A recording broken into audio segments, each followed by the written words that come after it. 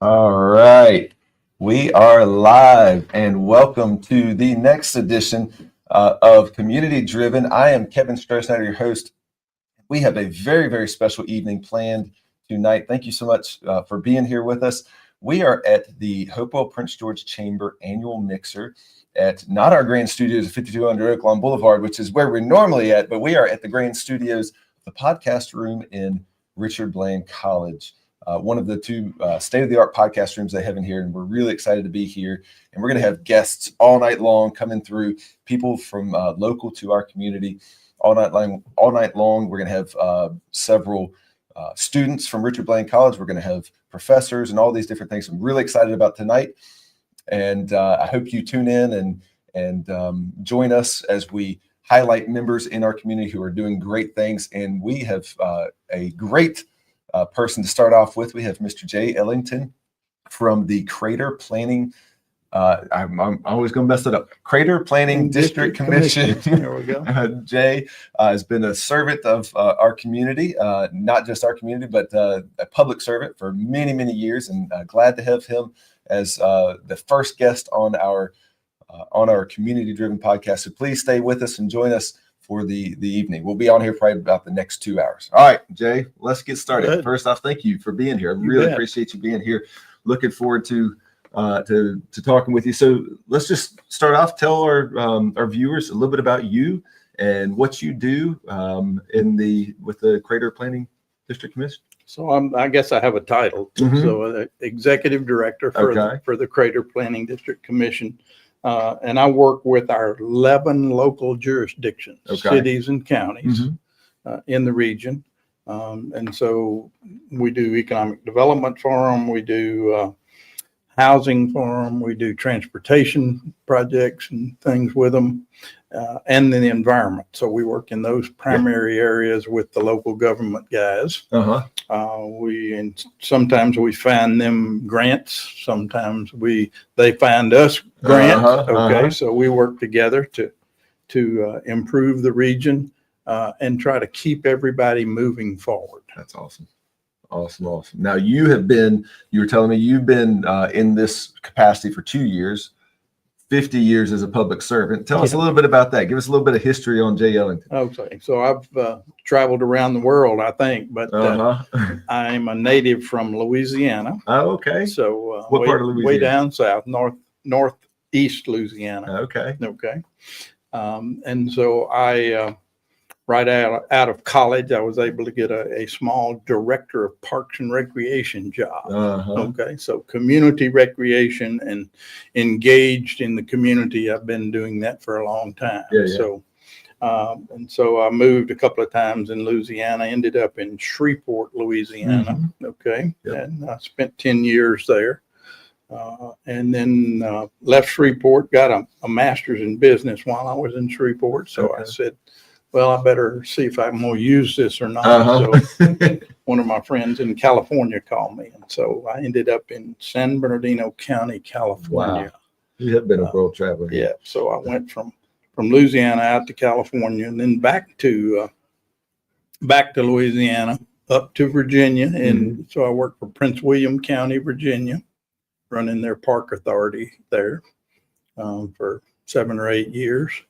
Then I jumped way out to the west again and went to Butte, Montana. My goodness. And so from Butte, I ended up down in Corpus Christi, Texas as a assistant city manager. And then back to Louisiana. And my last stop before I came back up this way, and I came back up for kids and grandkids up this way, so they kind of draw you back. Absolutely. So it's either airplanes or get a little closer, those kind of things. So I served as in Prince William for a while for the park authority there. And then coming back up this way, I came from the city manager job in Texarkana, Arkansas. Okay. So Texarkana is one of those cities that's got Texas on one side and Arkansas on the other. And it has 2 city managers. Wow. Okay. So wow. Kind of fun experience working with folks. at that level as well too. You've seen quite a few things in your lifetime. I've seen a number of local governments and yeah, a lot of elected folks and a lot of appointed folks, and and just work with community people all the time. So it's best when we can get the community involved in what we're doing. Yeah, absolutely. It's amazing. I think I love to hear the background that you bring. That's a huge benefit to our community, because not only do you have background in public service, but you have background across the country and seeing what other people do and where how I'm sure what happens in California is very different than what happens in Montana. Sure. and the way people act and interact and think, and how life happens in those areas. So to bring that, what has that done for you in your role? How does that help you to be better in your role? I think people are pretty much the same everywhere, but it's about what happens in those jurisdictions. So all of our locations are a little different. So I say I've been in 5 states. Well, I've had 5 different state systems to learn and try to figure out how to make things work with them. And then the 7 or 8 local jurisdictions as well too, both cities and counties. So and so you learn pretty quickly getting on your feet. It's generally about relationships in the community. That's the first piece, is trying to establish relationships with both the elected folks and the citizens themselves. And in a management role, that you have to involve all of that to advise and try to move an agency forward or make improvements in a community. So I've done everything from master planning to let's see, some management planning stuff that dealt specifically with how do we get a project in place, or how do we get several projects in place, or how do we propose a new tax or a new system. So a lot of that, just general management stuff that just helps you get out there and enjoy and work with people. And I think that's some of that stuff it's just not thought of. Most people don't, they don't think about that people have to go through and create these systems. That's right. And there's a lot of behind the scenes. I'm sure very thankless job in many ways, in the fact that people just don't think about the hard work that goes. Right. I don't think that there's a strong appreciation for local government like there used to be. But again, what the local providers do every day is really important to us. And local government does have a role to play in our society, and it's pretty specific. For you as a business, you can go do something, go find somebody you want to go do something, and you go tell them, come do this and I'll pay you for it. Well, it takes me to draw up a set of specifications, send that out to a bid process, then select the most responsible bidder in that process, and then award that contract and monitor it. And you did that work. Your work was done in 24 hours, and it took me 24 hours just to get it to the starting block. So the checks and balances are a little different on the government side. So as executive director of the Creator Planning District Commission, what does that look like on a daily basis? What are you doing on a day-to-day basis to work in our community? So I'm talking to my staff folks. I've got 1 or 2 staff folks in each of those primary areas, and we're looking for grants. We're managing the grants that we have coming in. I've got an environmental grant for tree planting in Hopewell as an example, and then working on a dam project down in Emporia. And then just working on long range transportation planning. So trying to figure out what our transportation system is going to look like in the next 25 to 50 years. And how we can make it better, so we are able to move around freely. You know, our citizens in this region move freely. We move pretty freely, so we will commute anywhere from 15 minutes to 45 minutes in one direction any given day. Okay, absolutely. So we move around a lot, so our economy and our economics in that region just kind of fluctuate quite a bit because we're in different places. You know, I often said a dollar turns over in a community 7 times.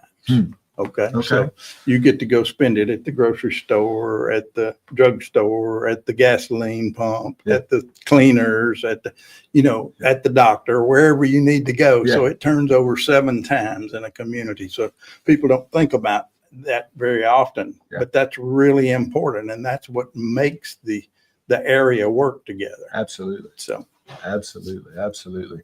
So, you and I were talking earlier. There's several things that are happening. There's some big projects coming along. Share with us what you can about some. Sure. So we've got. Projects. I think that the 2 big projects probably in the region may be both the Lego projects, and one of them is the facility itself where they will manufacture Lego, and this is America's location.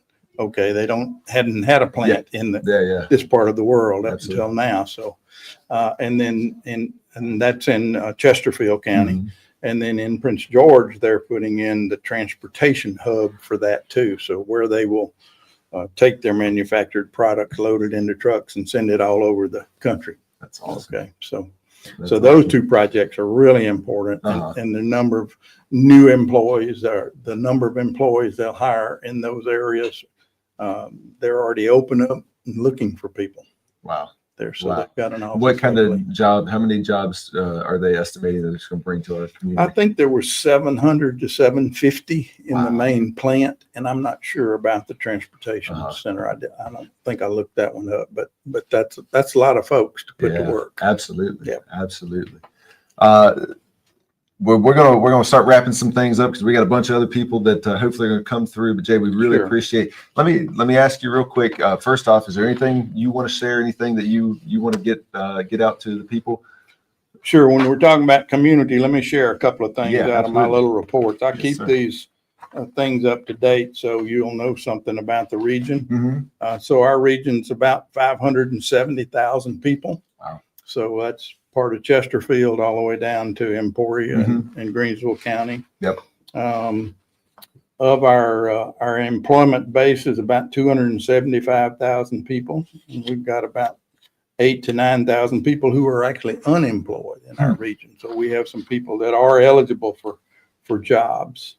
High school diploma, we have 26% of our people have high school diplomas. And another 21% on top of that actually have a bachelor's degree, so a higher education. So some of these things are kind of interesting. Let me look back here and see if I can find the largest industries are government, healthcare, and transportation and warehousing. Those are our 3 biggest areas that we've got things going on in the region. So that's where most of the employees are working in one of those 3 areas. Top employers are utilities, transportation and warehousing, government, food service. And then right behind that is healthcare. Gotcha. So, and it's growing as well too. You know that. And demanding skills in our area. That one's kind of interesting. So what jobs are on the board, and what are people, what are they looking for? Well, our one we're looking at for the most, the top skill positions are auditing and accounting. Those are the 2 at the top. Interesting. And then after that, it's graphic design, nursing, and then information technology systems. Always. So they're all in the top. So that's a little bit about the region. So that's always interesting for people to know. You know, when you bring somebody into town, you say, well, what is there to do here? So, well, you start looking for the leisure things to do first. But again, just exploring the region and understanding something about what it has to offer. whether it's our waterways, our highways, our airports, whatever it might be. Yeah. So just kind of interesting stuff to keep people moving in the right direction. Absolutely. Well, Jay, thank you so much for being here. It's a great way to start our discussion of our podcast about the Hopewell Prince George Chamber of Commerce with a gentleman who works constantly to increase the commerce within our area and the business within our area. So thank you for your hard work every single day. We really appreciate it. Last thing I'm going to ask you, just share with us a piece of wisdom. If you could impart one piece of wisdom on our community, what would it be? Enjoy what we have, and make sure you make the best of your relationships. Yeah, absolutely. That's a great piece of wisdom. Well, thank you so much for joining us. We're going to go to a short break, and then we will be back in just a few minutes with our next guest. Thanks again, Jay. Yes, sir. Welcome to the Strosnider Chevrolet Parts Department, where quality, convenience, and customer service come first. Need a part for your Chevrolet? Our experienced team is here to help you find exactly what you need and fast. From oil filters to brake pads, batteries to accessories, we stock a wide selection of genuine GM parts designed for your vehicle's best performance. Not sure what you need? No problem. Our experts will guide you every step of the way, ensuring you get the right fit for your ride. At Strosnider Chevrolet, we make it easy. Whether you're tackling a DIY project or working with our service team, we'll make sure you have the right parts at the right. All right, everybody, we are back with our community-driven podcast here at the Prince George Hopewell Prince George Chamber annual mixer. I always get it mixed up. I'm from Prince George, so it's Prince George first. People from Hopewell, they're going to say it's Hopewell first. But the Hopewell Prince George Chamber annual mixer, and we are here with a very special guest, Mr. James Revere. He is a student here at Richard Bland College. Glad to have you on. Thank you for joining us. Again, this is our community-driven podcast, and we're going to be here all night for the next 2.5 hours or so. We're going to be here meeting people within our community, people at Richard Bland, and people who are serving our community through their businesses and through local governments and different things like that. So, James, thank you for being here. Appreciate you. So tell us a little bit about yourself, James. Where are you from? So I'm originally from Richmond, Virginia. All right. When I was about 11, I moved out to Prince George. Parents wanted me to go to a better school, you could say. I got you. For me and my little brother. Okay. So, yeah. And then from high school, that's probably when my life got really good. Like I joined the marching band. I was in the drum line. Okay. Junior year, I started criminal justice. That's kind of when I felt the feel of like what I wanted to do as a career. Okay. So I explored that also into my senior year, and it was just great. Yeah, it was great. Did it with Rwandae, dual enrollment with Bright Point. So that's awesome. Yeah. That's awesome. And so this is your second year at this Richard is my Bland. Second year. Okay, and tell us. So what kind of direction are you going with your studies here at Richard Bland? I'm currently majoring in the Associates of Science degree here right now. Currently, I'm actually in a criminology class for this semester. When I graduate with my associates, I want to, onto my 4-year, I want to go into continuing the same, like criminology, criminal justice, leadership, administration, stuff like that within like criminal justice and criminology. But I also want to go to law school. Okay. So that's where that's going to lead me. And I was thinking if I didn't want to be a lawyer, I'd still want to go to law school either way. Yeah. Hopefully if no debt comes. Yeah. And if I didn't want to be a lawyer, I was thinking FBI, U.S. Marshal, local police too, maybe. That's awesome. That's awesome. So have you picked out a place that you want to go, the next step of the road? Yes, I have, and I'm on the grind. I'm trying to go to Yale. Okay. Wow. High ambitions. I love that. That's awesome. Yes. That's awesome. Lots of study time. Absolutely. Yeah. So why Yale? Why did you pick Yale? Because Yale is currently the #1 law school listed out of America and I did a little bit of research of what Yale looks like, and it is pretty cool. And the reason that I wanted to look forward more into it is because I work for the Associate Director of Government Relations here, Terrell Robinson.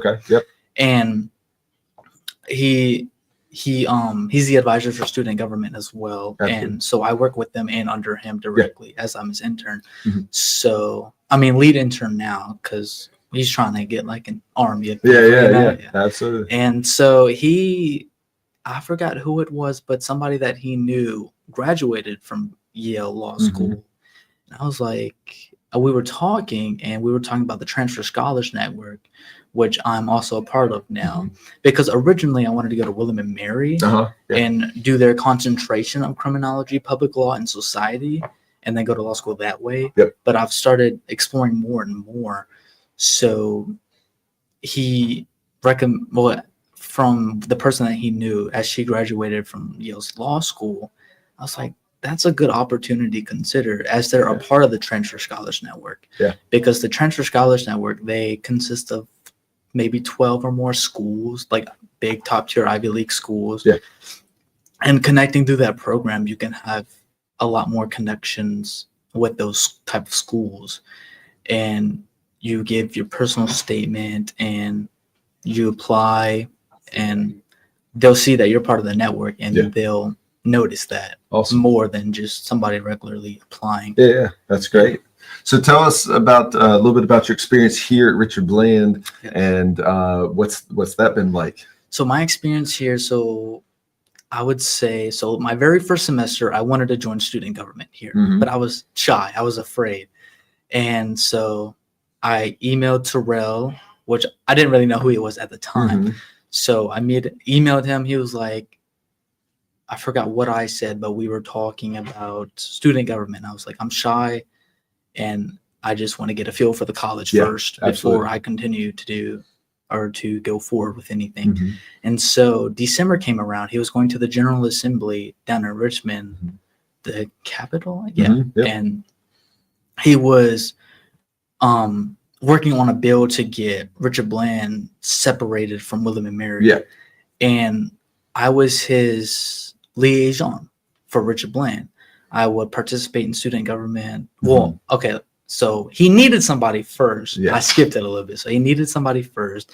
So I went and applied. It took me about a few weeks to apply, because that's a cool spot. And I just kept forgetting to do it. And then Tim, the head librarian here, director of library services, he told me I should apply. I was like, yep, okay, I will. And so I did.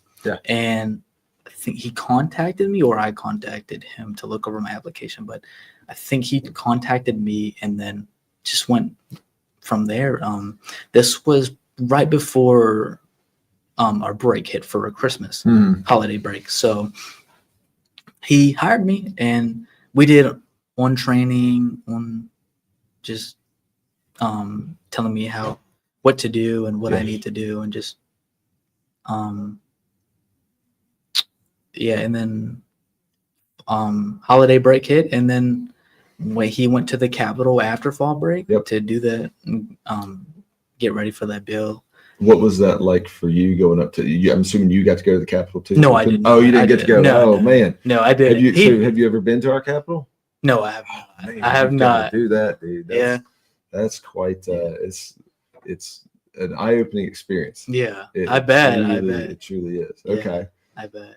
Okay. And so after December, coming January, he was at the Capitol. I would just see his liaison. I would tell him how student government was doing. I would tell him how campus is going, and just really being his liaison. So, okay. Yeah. Now, are you living on campus? No, I do not. So you commute? I do commute. Yes. Commute, and how many hours you doing this semester? How many hours of commuting? No. How many hours? I'm sorry. How many class hours? Class hours, full time. Full time. So that's for 15s. What are they? 16 credits. 16 credits. Yeah. That's awesome. Yeah. I remember one semester I did 21 credits when I was at Longwood. Oh man. And it was crazy. That was nuts. Oh my goodness. Yeah, that was nuts. You can go over the max, but it gets a little bit way more tricky. Yeah, absolutely. Yeah. Absolutely. Well, man, it sounds like you are extremely ambitious. Yale is an extremely ambitious which is great. I am 100% in support of be as ambitious as you can and chase your dreams, man. Don't shoot small. Shoot big. And I would like to give a highlight. We just had a blood drive here, and we had a blood drive last semester as well. I organized both of those. Okay. So last semester, it was just me getting a feel for everything. Terrell, he would tell me what to do and just advise me on how to do it. And so I did it, and turned out successful. I don't remember the actual rates of how it went, of how many people donated, but I know it was pretty successful. Yeah. This semester, I do know.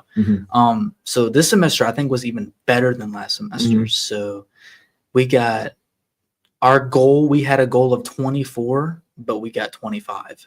So we met our goal, one over. 25 students? Yes, 25 donors. 25 donors, yes. Okay. And that's enough to save 75 adult lives. Wow. Or I believe 130 to 160 infants. Wow. Something around That's there. awesome. Yes. That's awesome. Yes. Right here in the community. That's great. That's great stuff. Yeah. Just grinding. Yeah. Just going for it. Yeah. So when do you plan to finish your associates? Will it be next semester? Yeah, it will be next semester. Next semester. And then hopefully on to Yale from there. I know, right? That's cool. Yeah. What's you excited about that? Yeah. That experience? I need to apply. Yeah. But better do that. I will. I got the options though. Not Yale. I was thinking maybe Stanford, Cornell. Cornell and Yale are the only two with law schools that are in that program, the Transfer Scholars Network. But I'm not going to let that limit of how many places I applied to. Yeah. It's just I think it's a little bit of a better way to get in those. Yeah. Being a part of that program. Yeah.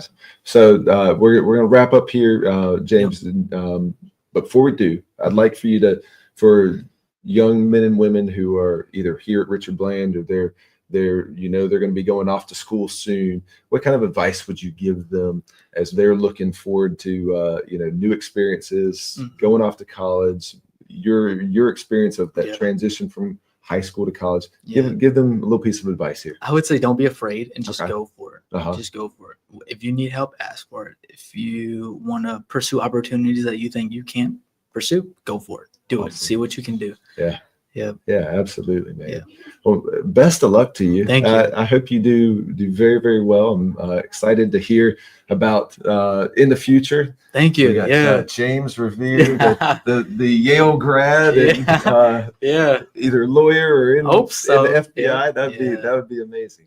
May I mention one more thing? Yes, sir. Absolutely. I'm also in the National Honors Society. Okay. Which is Phi Theta Kappa, and I'm the student president for them. Awesome. So we don't have a lot of members right now, and we get onboarding members each semester. Yeah. And as we're just starting, hopefully that Phi Theta Kappa for Richard Bland will be a huge success. Yeah. Absolutely. Well, best of luck to you and that, and to that organization. And I wish you the best luck. Thank you so much for being here. Of course, you're welcome. Absolutely. And thank you for joining us again, James Revere, local student at Richard Bland. Glad to have him on, and hang in there, and we'll have the next person in just a few minutes.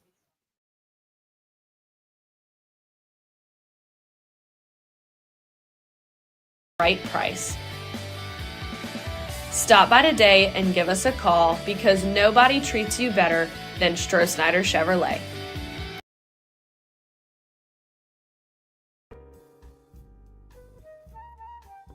We're sitting in a 2025 Chevrolet Trax Active, and just a couple things as far as like safety features and so forth, because she's pretty well loaded. But she's got your side blind zone alerts and your mirrors on both sides. Has a forward collision alert system, something in front of you and everything's safe distance. You get a little green vehicle that shows up. As you get closer, it gets maybe a little more dangerous. First it turns yellow, and then it will turn red, and you get buzzes going off and dots going across your windshield to let you know you maybe need to hit the brakes. It also set it up for something like that. It can also start applying the brakes ahead of time. It has pedestrian alerts, forward collision alert where the brakes can be applied, pedestrian, different sensors, but same thing. If somebody's walking out in front of you, it can start slowing you down, or at least let you know. What's your rear view camera? Back it up.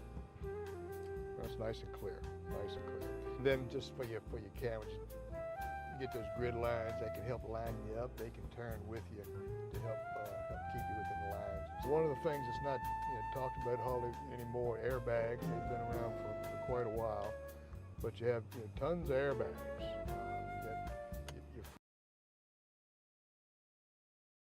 All right, we'll scoot that around there. There we go. All right. Hey, everybody, we are back again.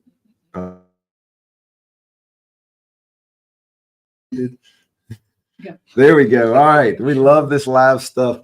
We are back again at the Hopewell Prince George Chamber of Commerce annual mixer, and we are here with our next guest. We have two bright young ladies. I love the energy that both of them are bringing here. We have Victoria Wigfall and Kaya Pope. Said that both right? Yep. Is that correct? All right. Both second-year students here at Richard Bland, and excited to share them with you. So let's just get into the conversation here. So we'll just start with you, Victoria. So tell us a little bit about you. Where are you from? Are you from this area? Where are you from?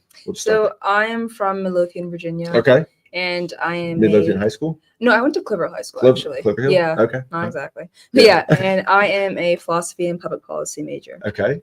All right. And what about you, Kaya? My name is Kaya. As you know, Mm-hmm. I am from Petersburg, Virginia. All right. I've Awesome. been born here, grew up here my whole life. Okay.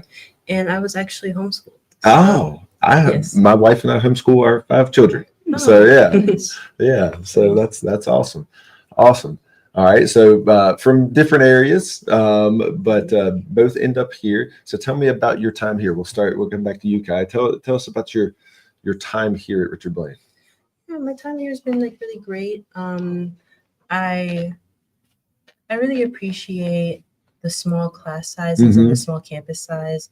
That's something that really made the transition easier to college compared to being homeschooled. Yep, absolutely. So I really I felt that was more comforting versus going to a really big school. Yeah.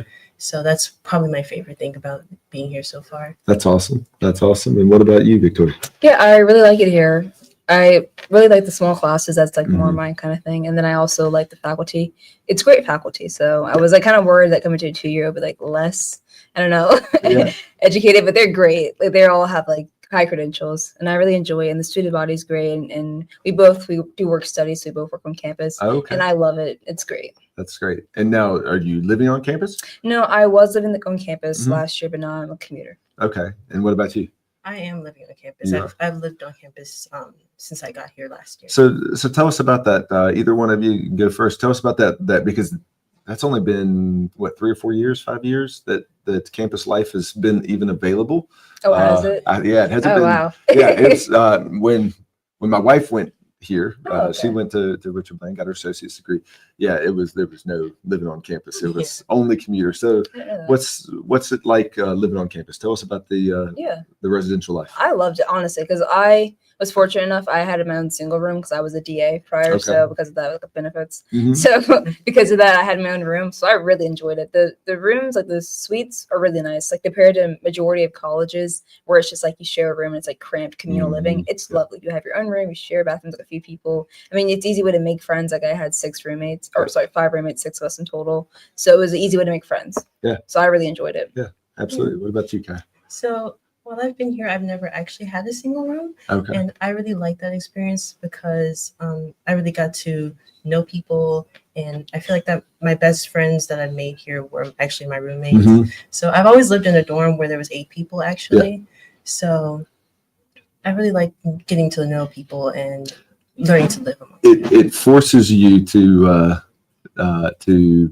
have to overcome sometimes what you are used to because you have to adapt to the people around you, right? Yeah. I'm sure that's been, I know that, I mean, it's been many years ago since I had to do that. I won't say how long ago that was, it's okay. But many years ago, but it forces you to learn to handle other people's habits and the way that they go about and how you can adapt, but not always compromise your own. Yeah. So I'm sure that's been quite a learning experience. Sort of. I mean, back at home, I have a twin sister, so we share a room. So really? I'm kind of used to it. Oh, yeah. I know what it's like to share like everything. So I was kind of like, because I was like shocked to have my own room because I'm used to like sharing a room. So I was like, okay, this is nice. But like, I mean, I was kind of familiar with how the routine goes with like sharing things. So it was fine for me. That's cool. Yeah, I also have a sister. She's not my twin. She's actually my little sister. Mm-hmm. But I've shared a room with her my entire life, all the way up until maybe 2 years ago. We shared a room. So I've been used to living with people. I think the only difference is getting to know new people. Yeah, absolutely. So Kaya, tell us, what are you studying? What's your path going to be? Sure. So I am studying business administration here at Richard Bland, and I am a Promise Scholar here, which is a scholarship program that transfers you to William and Mary. So I'm going to William and Mary after I graduate here. Congratulations. That's awesome. Yeah. And once I get there, I will major in marketing. That's awesome. Major in marketing. Okay. Yes. All right. What do you want to do with that marketing? Do you have any idea yet? Yeah. So I want to start out as just a marketing manager for a company, and then hopefully in the future I want to own a marketing firm. That's awesome. That's great. And what about you, Victoria? So I am a public policy and philosophy major. I recently added on public policy as I'm enjoying that field more, and I want to become a prosecutor. So I'm on the law track. Really? I'm in the honors program here. It's kind of like Promise Scholars, but we don't get the full ride thing benefit. But it's still like a nice institute that we have in a good community. And yeah, I don't know what 4-year I want to attend just yet. That's why I'm here. But I mean, I'm enjoying my time, just getting used to it, getting experiences, and just, I mean, even doing SGA, kind of getting familiar with the like governmental aspect of things, to get familiar in the paths I want to pursue. That's awesome. And what degree did you say? I'm sorry. A philosophy and public policy. What's the, like, is it a associates of? Oh, here, no, I'm doing associates of arts. Associates of arts. When I came here, I declared philosophy, so kind of in that area. I got you. Okay.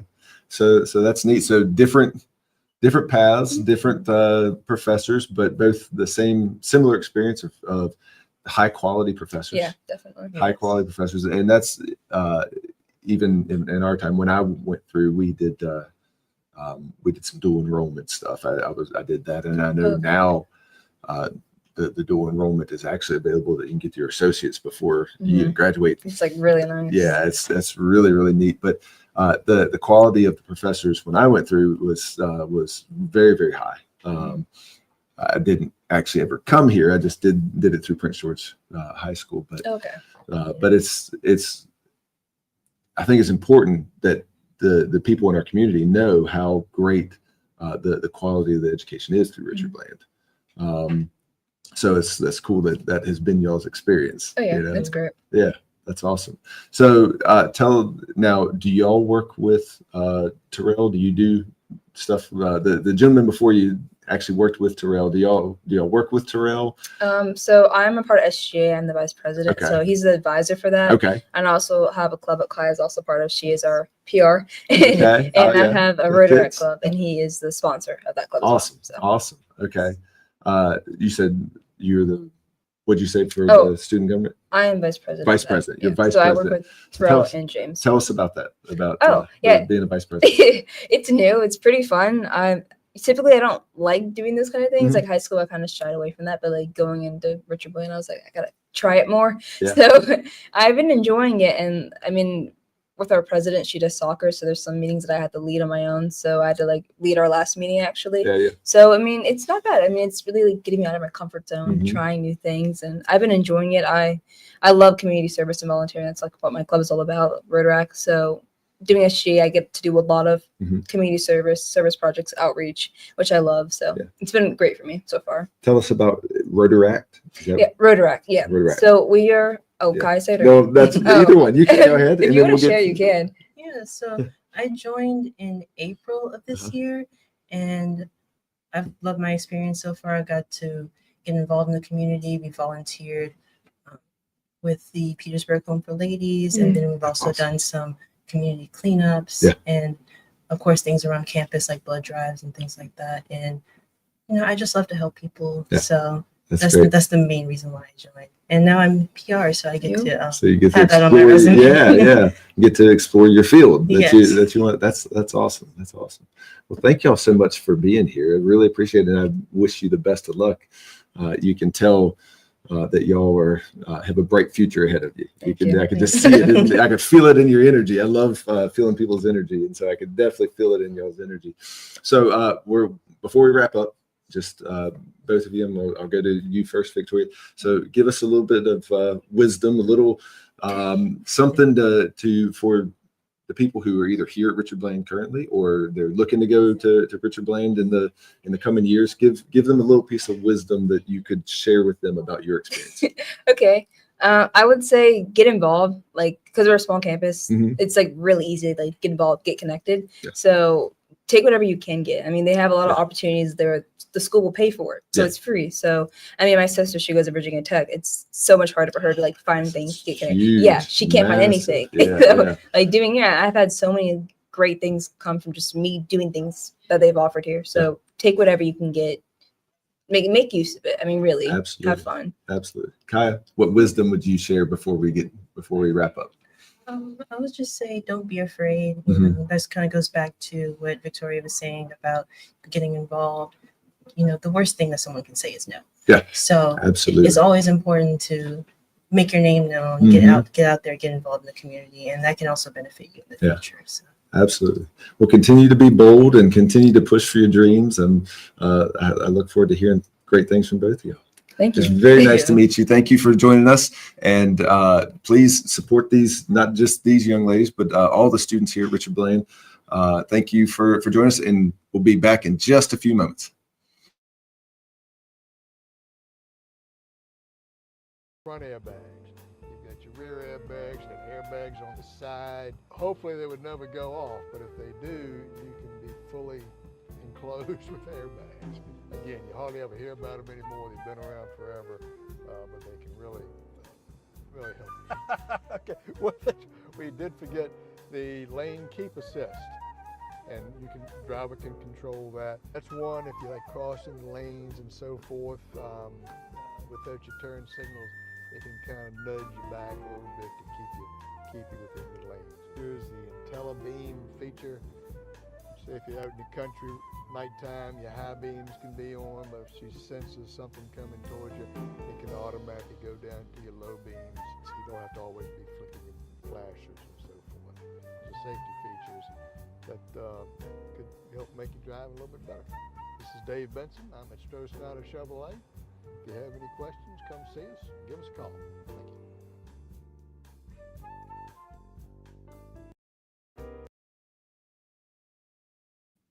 Thank you. All right, we are back. Thank you. Welcome back to Community Driven here at the Hopewell Prince George Chamber Annual Mixer at Richard Bland College.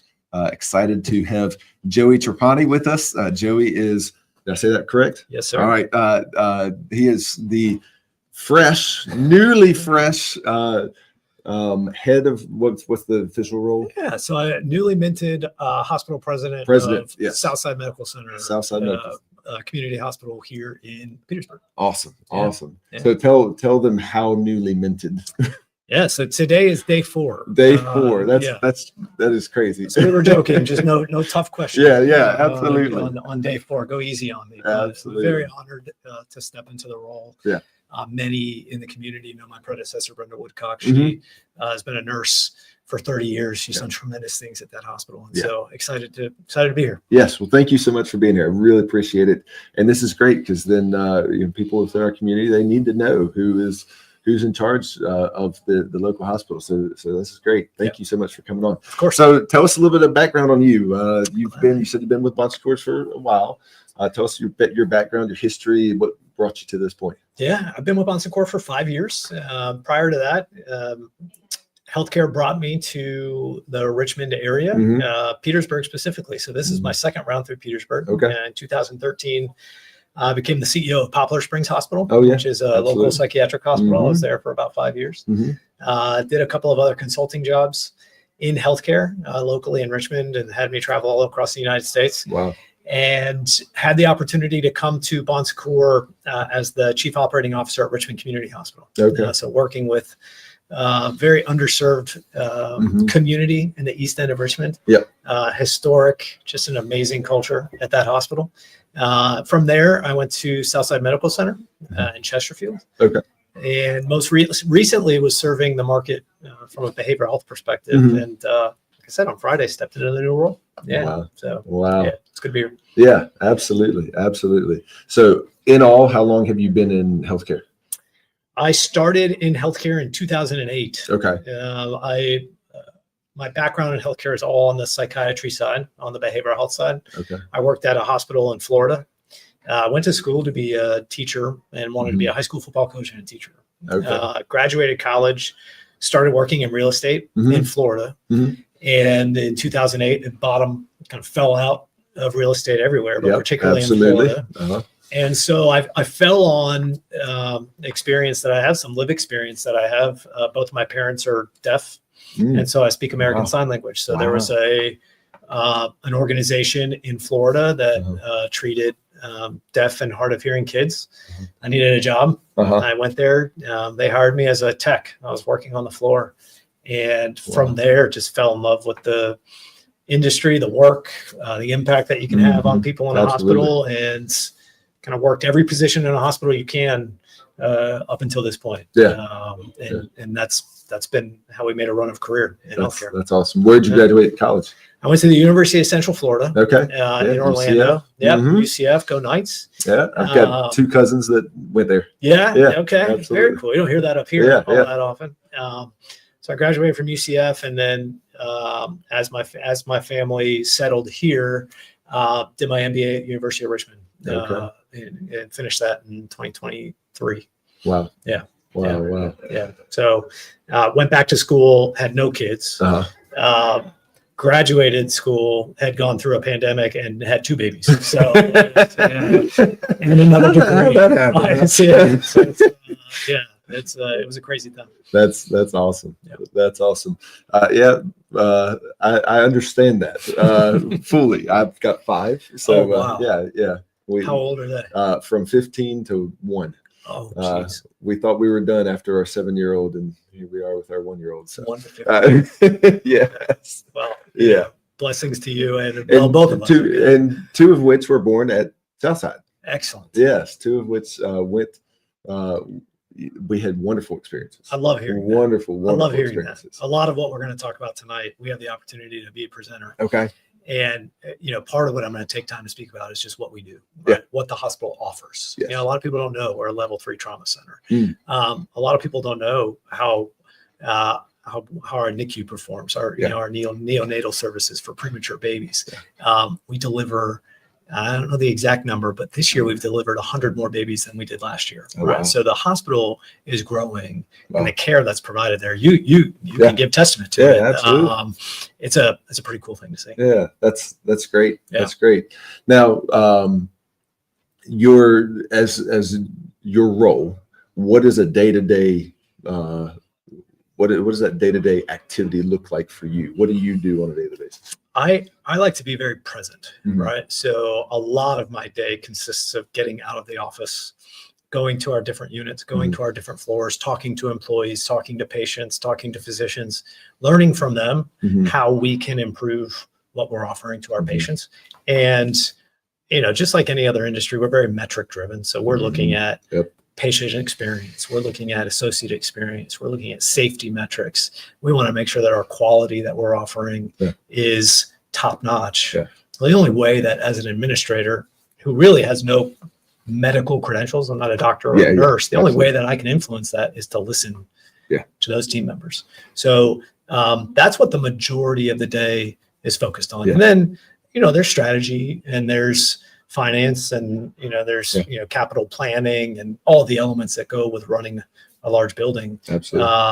And then there's always a little bit of surprise, that element that you're not expecting when you walk in. I know that very well. Probably one of those at least every day. Absolutely. Yeah. How do you balance? Because in the car business is very metric driven as well. But I have to balance, and I don't always do a great job of this, of balancing the metrics with the people. and people are more important, but sometimes the metrics get in the way. How do you balance that? I think you have to do it by being transparent with the people that there are metrics. Yeah. Right? And that seems so simple, right? But an engaging scorecard is crucial. You say, hey, look, we are all here to do the same thing. For us, take care of patients. For you guys, equip people with vehicles so that they can get to a hospital, right? Yeah. But if there's no margin, there's no mission. Yeah. You know, those metrics are important to make sure that we are operating with efficiency. It allows us to see more patients. It allows us to build more programs. It allows us to expand our hospitals, to get newer equipment. Yeah. All of those things, if we're not good financial stewards of our dollar, it makes it impossible to do those things. I also very firmly believe that if you focus on the people, the metrics move in the right direction. I agree with you 100%. They just will. You have to focus on people first. Yes. And then you have to ensure that their goals and targets are aligned with what the hospital is trying to achieve. Yeah. It is a constant give and take that, you can over focus on people where you sometimes in your desire to be people driven, you can let things go. And that's a tough situation, but I agree with you 100% though, that, the people, if you take care of people, they'll take care of the metrics. And people think, accountability is a bad word, right? Yes. In a lot of senses, right? The only way you can know you're winning is if you keep score. Yes. And people like to win. Yeah. Right. People want to know they're doing a good job. Well, and that's what accountability is. In a hospital in our community, winning is winning for the community. That's right. So it's 100%. You need to win. Yes. Yeah. It's high quality. Yeah. It's strong patient experience. It's showing up every day. It's, it's hospitality. Let's make sure the food is good. Yeah. Right. All of those. Let's make sure the hospital is clean. All of those things are important. Yeah, absolutely. Well, Joey, we're going to wrap things up here. Before we do, first off, let me say thank you for stepping into that role. I know it's going to be a tough role. Anytime I've learned this. Anytime you're at the top, you get all the bad and very, very little of the good. And you just, it's not I don't say that as a negative thing. It's just the reality of it. But that's what we do. That's, we don't go for the pats on the back. We go for the greater good of the situation. That's what I go to work for. So I got a question for you. What is it that drives you every day? What is it that gets you up out of bed, that makes you go do what you do every single day? I think it's what we just talked about. I think it's my opportunity to be there for the team, to be the person that is building them up, the person that is patting them on the back, the person that's talking about the great things that our nurses and our techs and our doctors are doing every day, so that we continue to advocate for each other. Yeah. For me, it's being able to hear those stories and make those personal connections. Yeah. That's what the driver is. That's awesome. Yeah. That's awesome. Well, Joey, thank you so much for being here, and congratulations. Appreciate it. That's awesome. That's truly, I'm sure, a blessing to you and your family, and I hope you continue to be a blessing to our community. So thank you so much. I'm really excited to be here. Yeah, absolutely. Thank you again. Please support Joey and his mission over there at Southside. Is it still Southside? Southside Medical Center. Southside Medical Center. That's what I know it as. So so continue to support Joey and the whole team over there. They do wonderful work and constantly helping and improving our community. So make sure you support him and hang in there. And we'll be with somebody new in just a few minutes.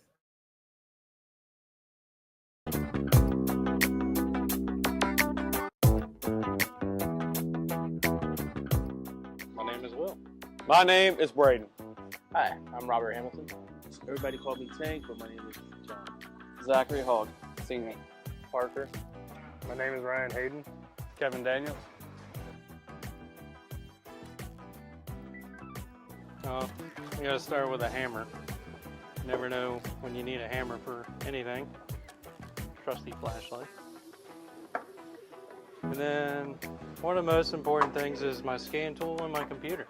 That's how you start your diag for every vehicle that comes in the Strosnider Chevrolet. My 1/4 inch cordless ratchet, my impact, my big boy, and my air hammer. I love my air hammer. GM scan tool, my 1/4 inch Milwaukee high speed, and a good hammer. Skin tools, my air hammer, and also cutting wheels. I like to cut and grind stuff. My lights, the new jump box that I got, so I don't have to go find the shop one, and the specialty equipment that I have that makes my diagnosing and repair easier. An oil filter claw, 22 impact socket, and a wrench. Wrenches, that 3-foot long ratchet, and the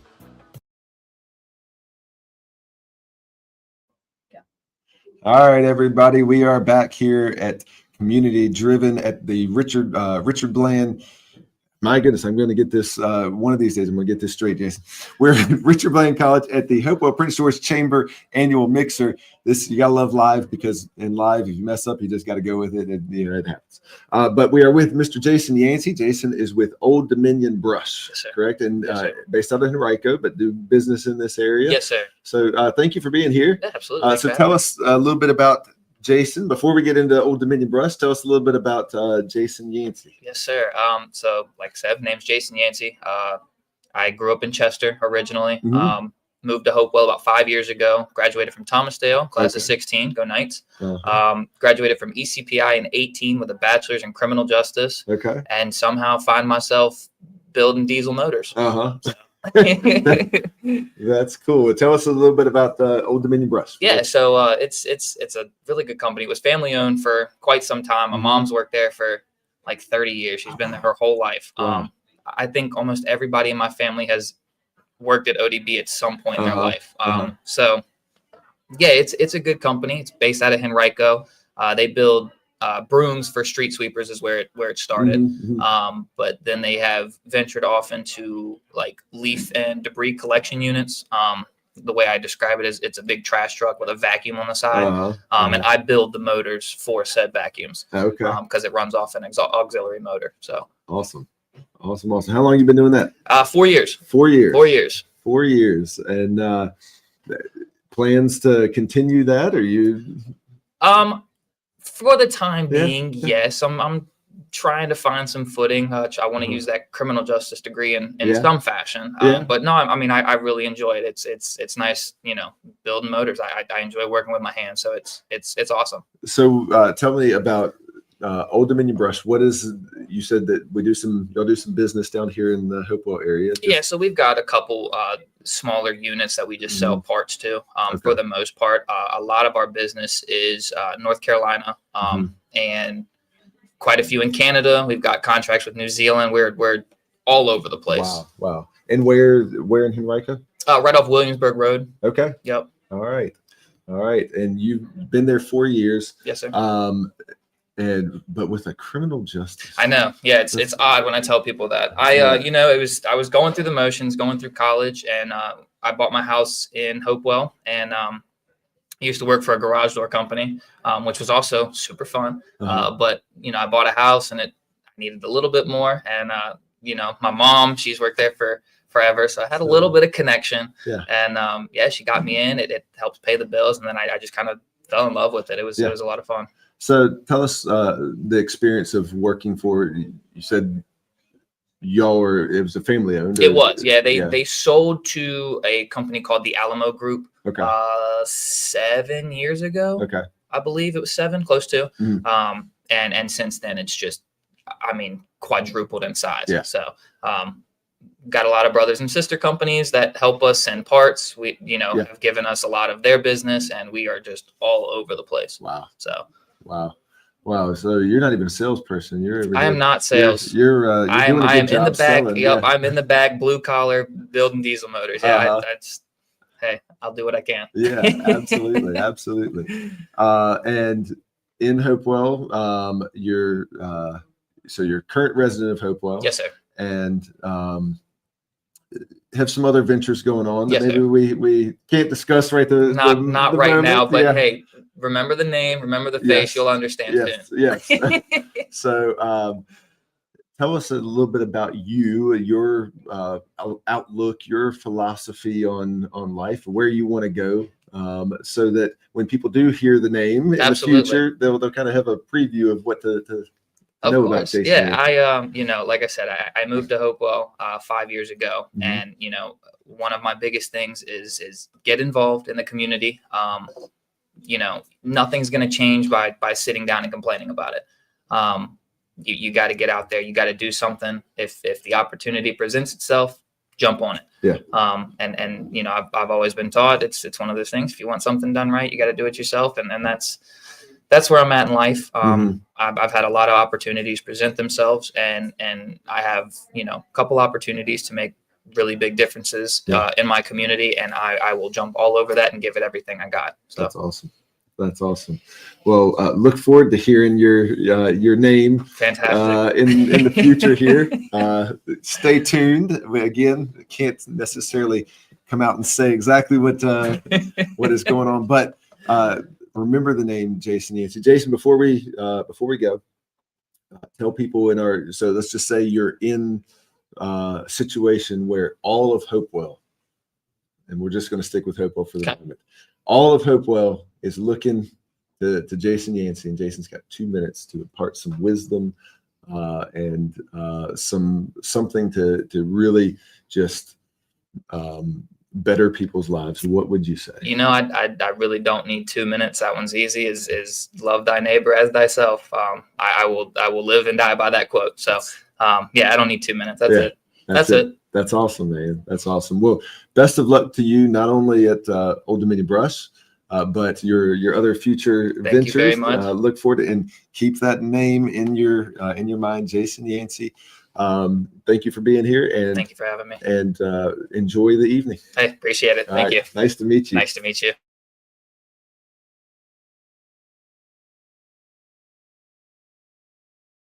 Oxyacetylene torch. Probably the impact, the torch, and torque wrenches. I like doing engine swaps, pulling engines out, putting them back in, what we're doing. Transmission, replacement. Any engine work. I really like engine work, diagnosing and just repairing internal engine stuff. I actually like doing timing changes. Repair that fixes the vehicle right the first time. A tire rotation. L5P fuel systems are pretty good. They pay good.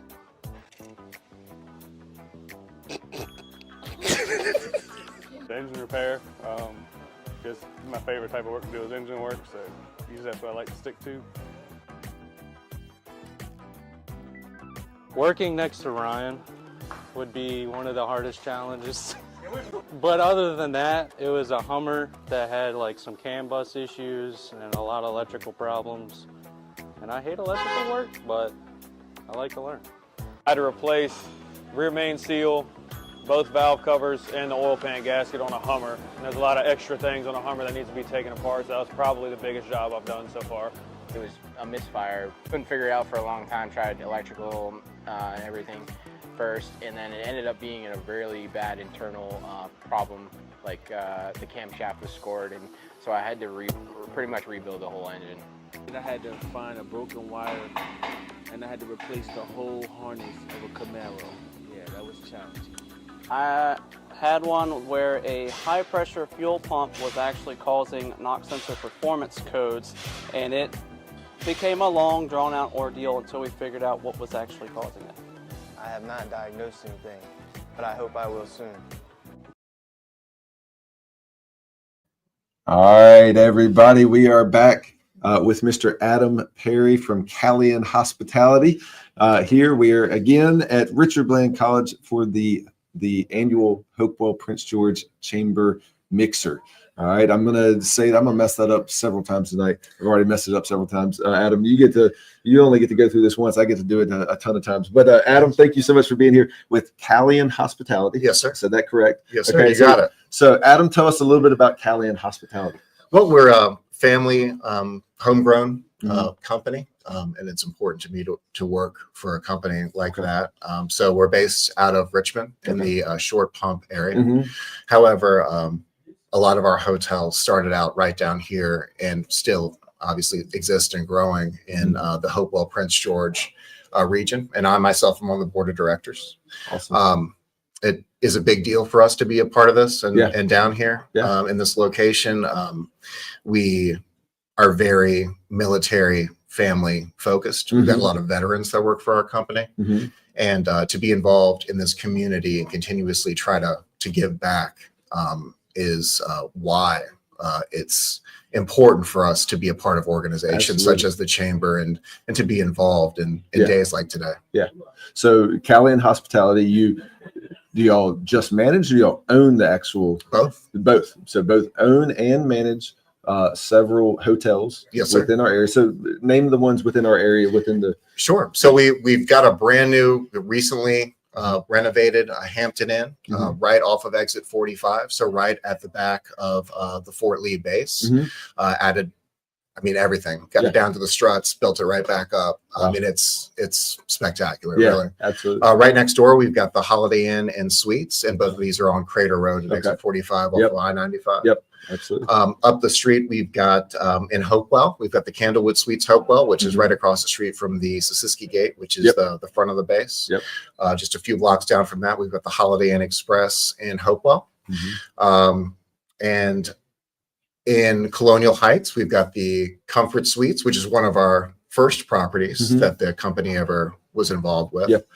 Right next door, just I opened it. It seems like almost yesterday because time flies, but we're going to call it new. The Town Place Suites in Colonial Heights, right in the same parking lot as the Comfort.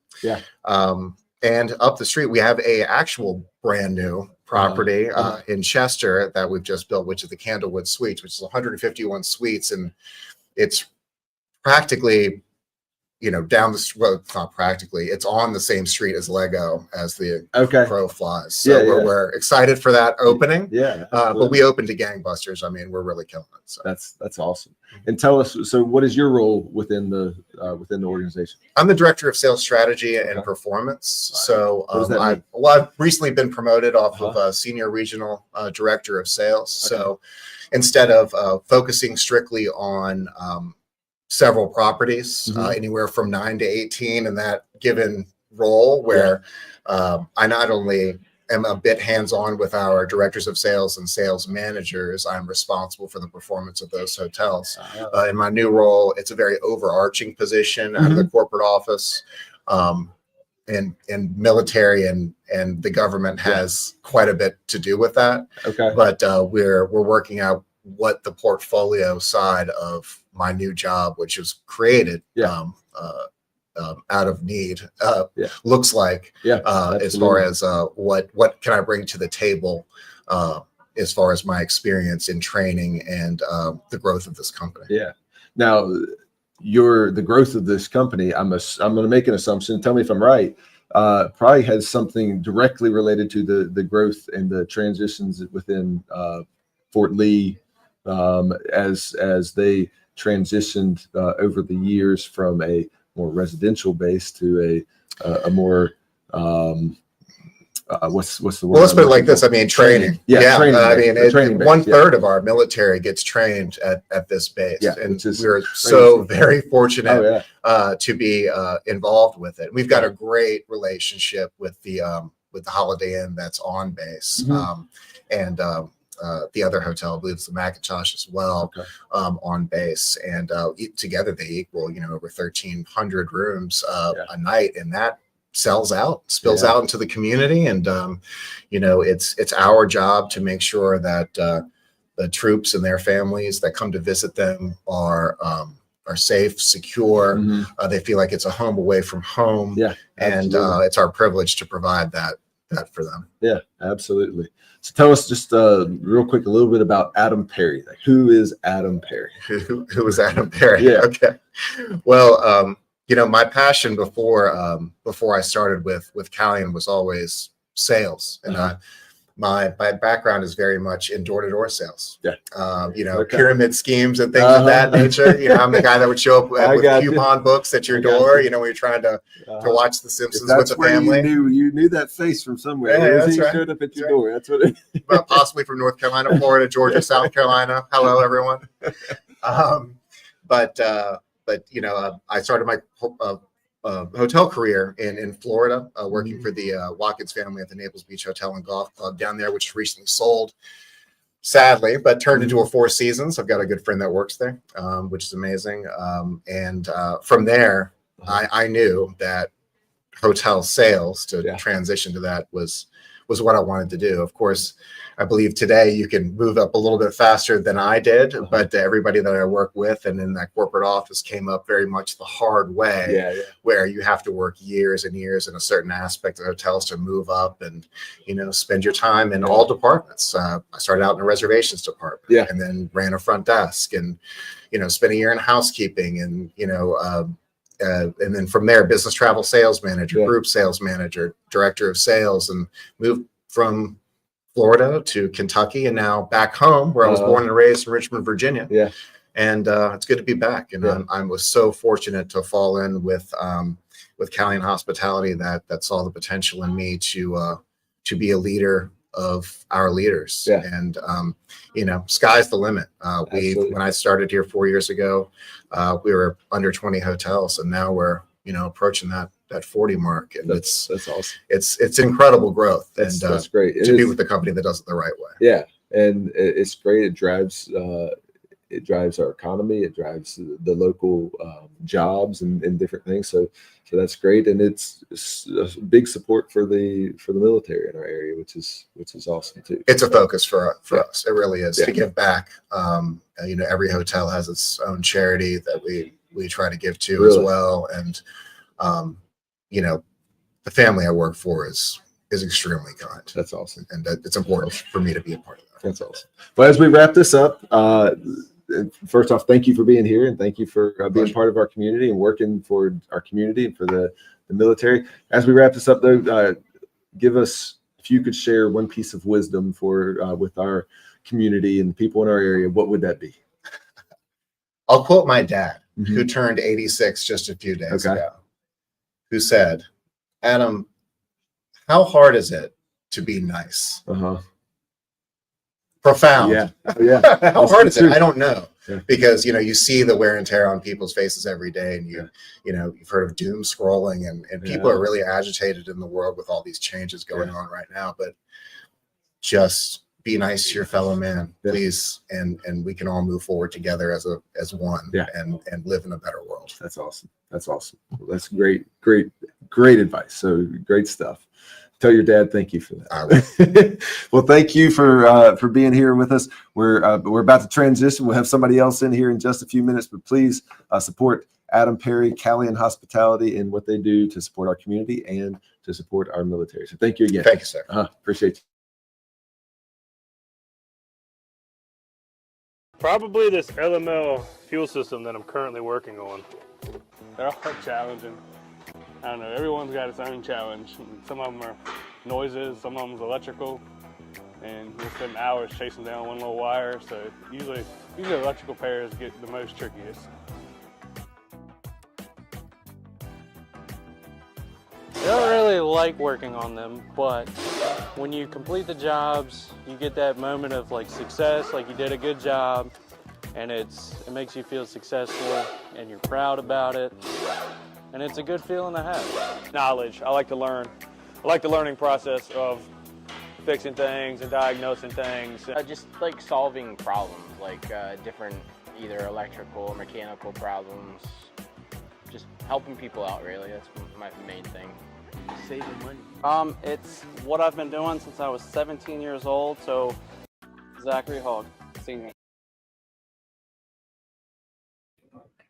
All right, everybody, we are back with another special guest at the Hopewell Prince George Chamber annual mixer at Richard Bland College. I have with me Rami Shabazz from Advanta staff. All right, and you already mentioned because you have the Old Dominion brush hat on, and and he thought I worked for. He said, "I don't know you," and I was like, "It matches." That's blue. Funny. That's funny. That's funny. Well, Rami, very nice to meet you. Thank you for being here. So, tell us a little bit about Advanta staff. What is Advanta staff? Well, we're basically a professional staffing agency, local, not national. So, we are very familiar with the Tri-City areas, from the top of Richmond to the bottom of Prince George. Okay.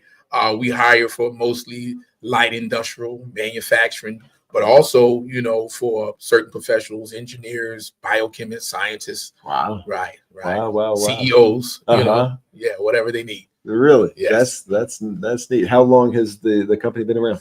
Actually, this year is our 20th anniversary. Wow. Right. Okay. 20 years this year. Okay. And how long have you been there?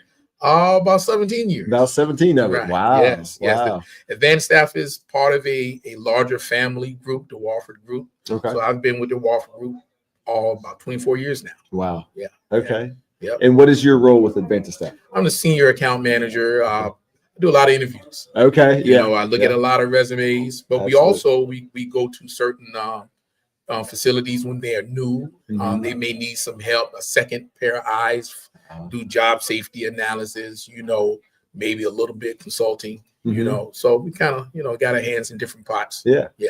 That's awesome. Yeah. Tell us a little bit about Rami Shabazz. Rami, you know, I'm a Petersburg native. Are you? But Okay. I'm also an Army brat. Okay. So I lived all over the place. Uh-huh. Been to Germany a couple of times. I graduated from Clover Park High School in Washington State. Oh, wow. Right. A little ways from Petersburg. Yeah, a little ways away. Right. Played some, you know, some football. Okay. Okay. And then I got into the military myself around 91, 90, I think. Yes. Yes. Okay. So, yeah. I'm also the representative for Advantage Staff for the V3 program, the Veterans program. We are, you know, we consciously and deliberately look, you know, out for some of the veterans. Yeah, you know, absolutely.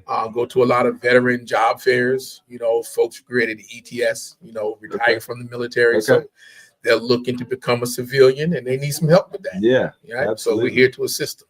That's awesome. Yes, sir. That's awesome. So tell us, Advantage Staff. How do people get in touch with you? How do the people in this particular area, if they're looking for, they need some help?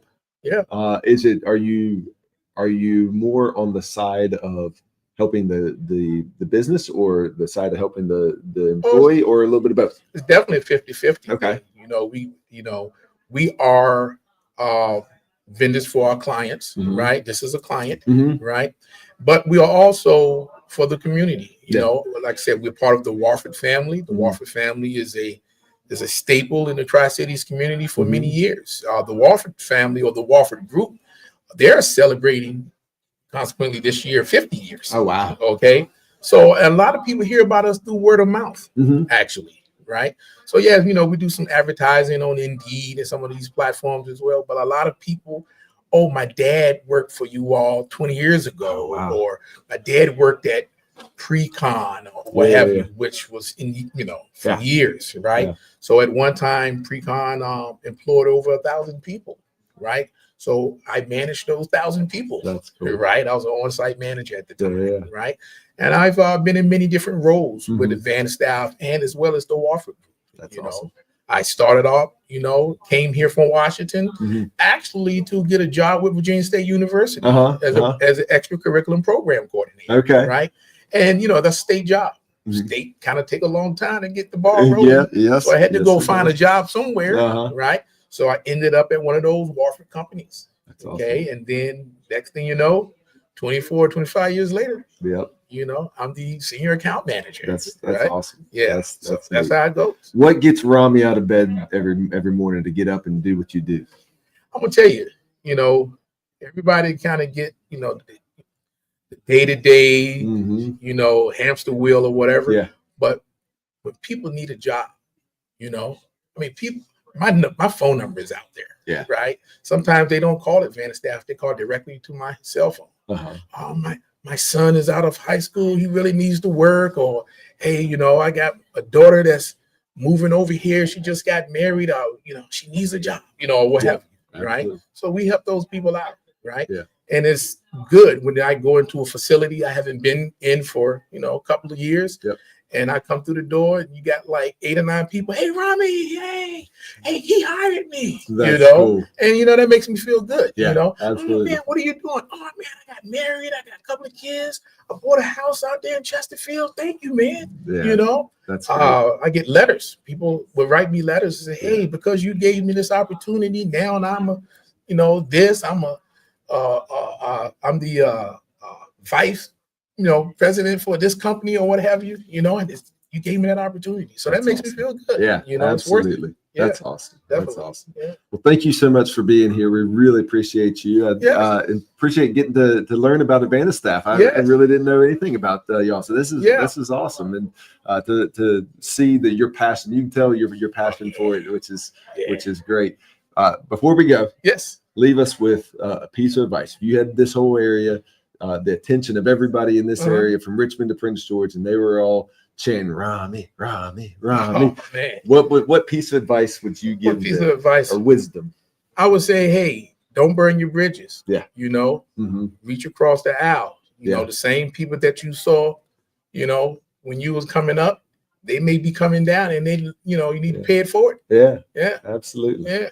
Absolutely. There you go. Well, man, thank you. Very, very nice to meet you. Hey, nice to meet It's you as very well, nice Kevin. to meet you. Yes, sir. Thank you for joining us, and please support Rami and Advantage staff and what they do. And if you know of anybody looking for a job, they need a little help. Rami said his number's out there, and make sure to throw it in the comments on our Facebook page. Sir, I got you. So people can get in touch with you. I got you. All right, hang in there, and we will be back in just a few minutes with our next guest. Your calendars for Saturday, October 25th, and consider yourself invited to the 10th anniversary of the Richard Bland College Pecan Festival. From 11 a.m. to 5 p.m., dig into plenty of food, and you can't have a festival without beer, right? The RBC Pecan Festival is great family fun with lots of vendors on hand, and the best part, admissions and parking are free. It's Richard Bland College Pecan Festival time. Save the date, October 25th. For more info, go to rbc.edu. So you're applying to college. Let's take a look at your choices. Four-year schools, too expensive. Community college, no residential options. Overwhelmed? Look no further than Richard Bland College. We're affordable, with apartment-style living, with the world's most advanced robotic humanoid. Bridging gaps with empathy and understanding.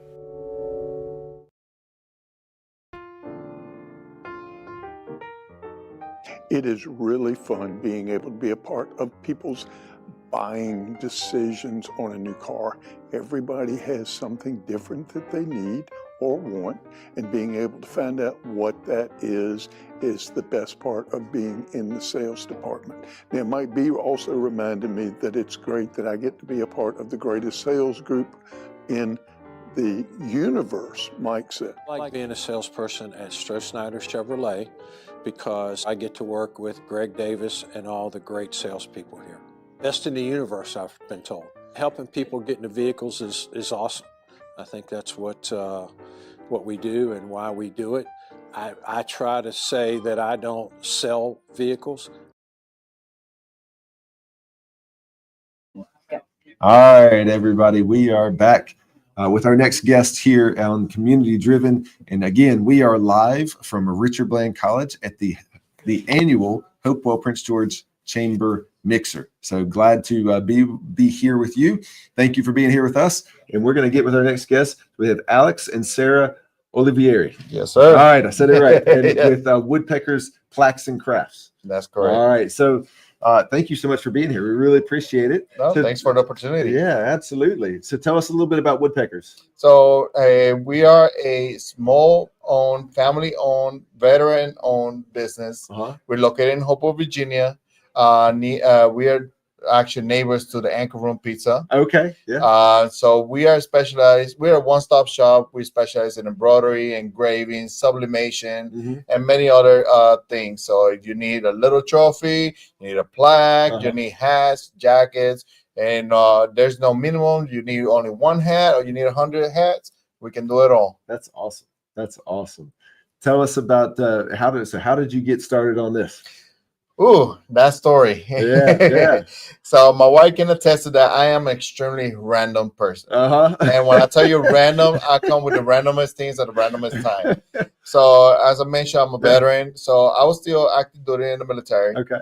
And it was during that era, not era, but like that that time frame where they were doing the pink slip, where they were trying to reduce the amount of troops. Yep. And even though I didn't have a concern about that, me getting one of those pink slip, I still wanted to have a safety net. And I literally woke up one morning. Yeah. I was like, baby, I'm gonna open a business, and she's still asleep. And she's not a morning person. I am a morning person. I wake up, I'm full of energy, and she's like, "What?" That's the way to get hurt, man. Yeah.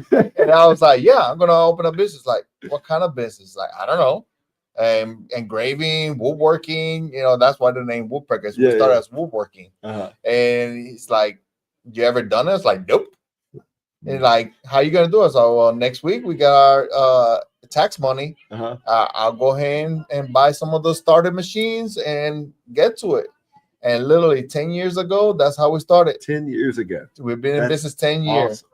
That's and awesome. we started just like that, working out of my garage. Yeah. And no AC, no heater, no insulation. So it was hot summers and very freezing wet. Yes. We only 2 outlets, so I had to, like, every time I use a different machine, I had to unplug and then plug it.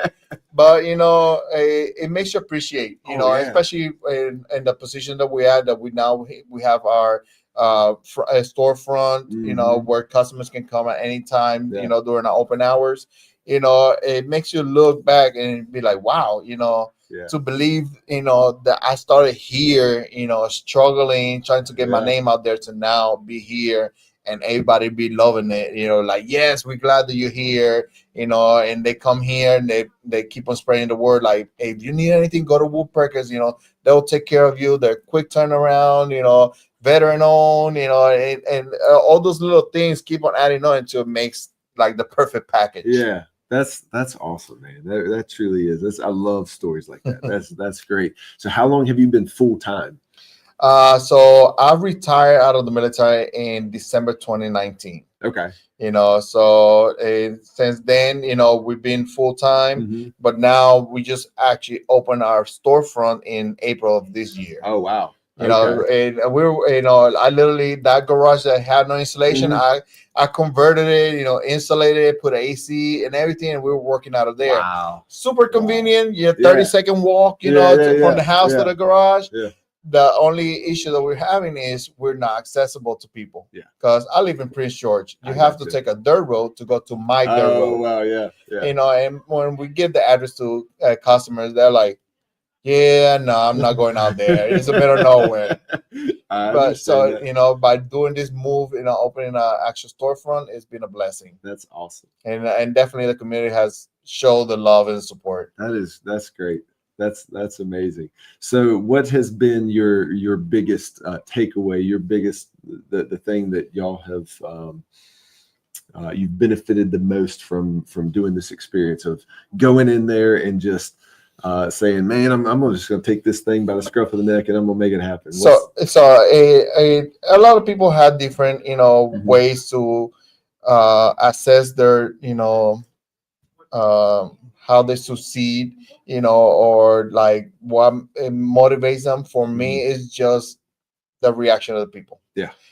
Seeing when people, get the items that we make for them, and you see that big old grin in their face. Yeah. We have done stuff that made people cry because it touches in a way. Like we done projects for World War II veterans that just passed, and they're presented to their family. And awesome. We've made masterpiece, a piece that it just keep that memory alive, even though that person is no longer with them. Yeah. And just see the reaction of people, is amazing. Yeah. That's awesome. That's awesome. And that's what keeps me up every morning. Yeah. Plus, trying to feed my family. Yeah, that's right. That's right. I understand that. That is a huge motivator for me every single day. That's awesome. That's awesome. Well, if you had the opportunity to have all the people in this area paying attention to you, to Alex and Sarah, and you had all their attention, and you could share one message with them, a piece of wisdom or something to inspire them or encourage them, what would you say? I would say one thing is never, if you have an idea, if you have something in mind, don't shy away from it. You know, it's gonna be risky. Everything in life is risky. Yeah, and unfortunately, in order to be successful, you have to sometimes get out of that comfort zone, get that safety bubble, and taking that step, even though it's scary, if it works, it works, and it's gonna be so fulfilling, you know. So I'm the type of person that I always take the risk. You know, obviously you have to make your calculations to make sure that it's not gonna affect in a bad way in case it doesn't succeed. But you know, you always gotta try. You know, if you don't try, you never know if it's gonna work or not. That's right. That's awesome. Well, it's very nice to meet you. I think this is awesome. I love seeing people just create something out of nothing, to take an idea and a thought and just run with it and create something, especially for their family and for their future. So please support Alex and Sarah and Woodpeckers. Do this. It's absolutely amazing. Thank you for being here. Really appreciate you. I appreciate the opportunity. Yeah, Sarah, very, very nice to meet you both, and good luck to you. Anything that we can do for you, you let us know. And thank you again for being here. We are I think we have a few more. We got a few more people coming. So hang in there. We'll be right back with Community Driven. I help people buy vehicles. We get them in what they want. We get them in what they need. And that's a pretty good feeling. I do enjoy that. The trust that the management team has instilled in us to be able to help out our clients in our own different way, if that makes sense. I like meeting new people and building a connection that then later turns into a friendship, that then later turns into a friendship with their friends. My favorite part is watching someone's eyes light up when they found a vehicle that they love, and they allowed me to guide them through and make prudent decisions about probably the second biggest purchase they're going to make in their lifetime next to a house. But being able to be part of that organically is really awesome. Strosnider is a good place to work. We look after people, try to help them the best we can. Don't try to hurt anybody, take advantage of them. It's a good place for folks to come and buy a car or a vehicle and be taken care of, and knowing just frankly they're not going to get ripped off. When you're selling cars, everybody almost, it seems like they need a vehicle, they need some way to get around. Selling cars can really...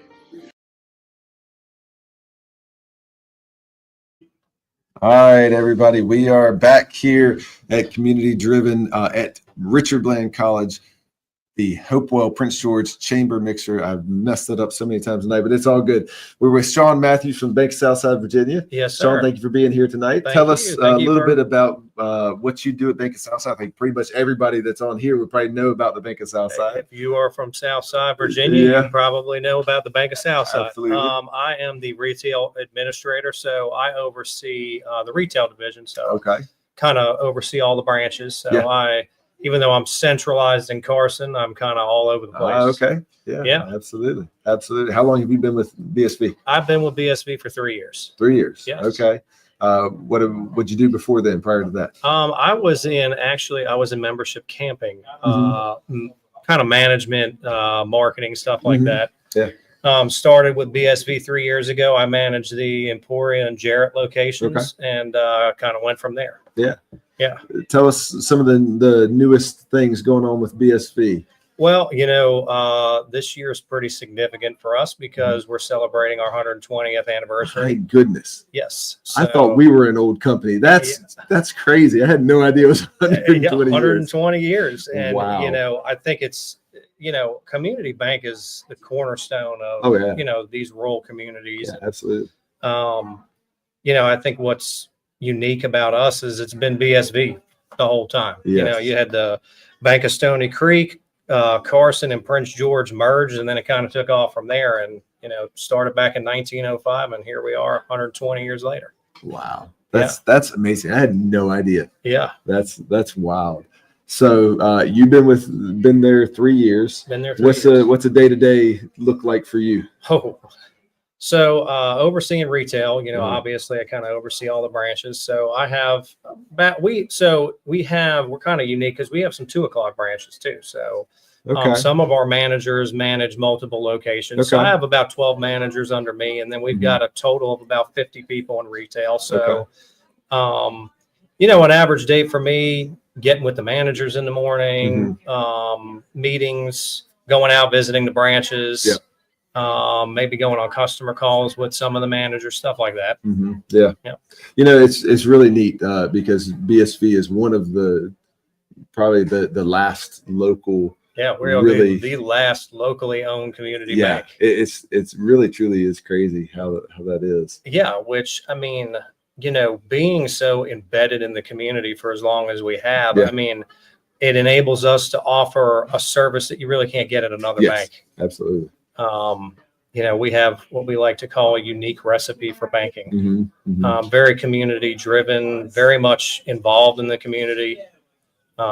So yeah, it's great. And from coming from the perspective of the automotive side, we deal with y'all on the dealer division. You'll have a dealer division, which is very interesting because there's a lot of banks that don't have a dealer division, and to be a small community bank and locally owned and to have a dealer division is huge. Yeah, and we have we have a pretty sizable dealer division. Absolutely.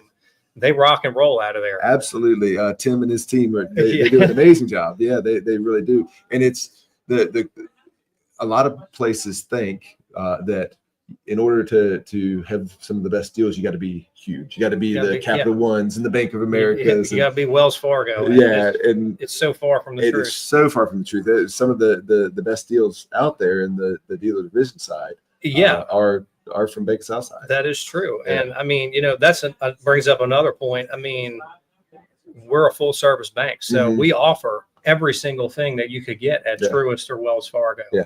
I mean, you can get it at BSV. And a lot of times, we're either competitive or better. Yeah. And like I said, I think the biggest differentiator for us is that level of service and being able to connect with customers one-on-one. If you go into a Truist, you got to get people in and out where we can focus on that one-on-one time with the customer. Yeah, absolutely. Yeah. Absolutely. Well, thank you so much for being here and for giving us a little education on BSV background a little bit. So real quick, just before you go, tell us what drives you every single day, what gets you out of bed, what gets you going and motivated to get out there and help our community. Well, number one, it's very satisfying to help people and see where you make a difference. And I would say the other thing that drives me every day is my team. I mean, we really are like a family at the bank. And I mean, you don't get that everywhere you work. You feel like you're cared about, and you couldn't ask for more than that working somewhere. So that's awesome. Well, Sean, thank you so much for sir. being Thank here. you. I really Nice to appreciate meet it. you. And please, if you're so inclined, I would definitely always highly come suggest on down to BSV, see them, support them. Local community bank, 120 years is absolutely amazing. Hang around. We got a few more guests coming in. We're going to keep this thing going as long as we can, as long as I keep talking. So hang in there, and we'll see you in just a few. Help people. Some need more than others. They need the guidance, or just need some help along the way. But when you sell someone a vehicle, it's not just selling them a car. In some cases, you're really helping them out, and that's a good thing. That's good. When I'm looking for a salesperson, I look for about 3 or 4 things in particular. One, positive, upbeat, that they're a person that takes responsibility. They don't blame others. Someone who has a hard work ethic, a good work ethic, that they're not lazy, and someone who just generally likes people. This is pretty much what I'm looking for. I couldn't care less if they know how to sell a car or not. We can teach them how to do that. We just want people who are good people, who are happy, they're excited, they're fun to be around, they like working hard, and they like people.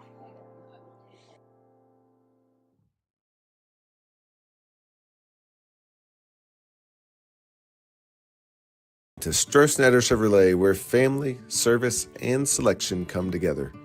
For 58 years, we've been proudly serving the Hopewell and Prince George communities, and we're excited to show you around. All right, everybody.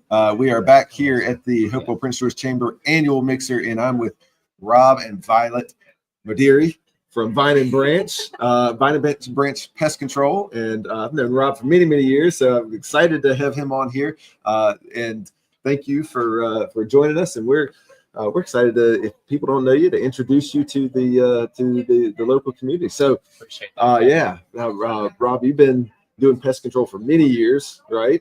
Started with about a decade. With Bug Busters, and now you have ventured out and in faith and did your own thing. And that's amazing. So tell us a little bit about Vine and Branch. Sure. Yep. So we'll be have our own business 5 years in March, next March, and we really believe that we help people. We help people by getting rid of the pests that not many people want to have, in their home.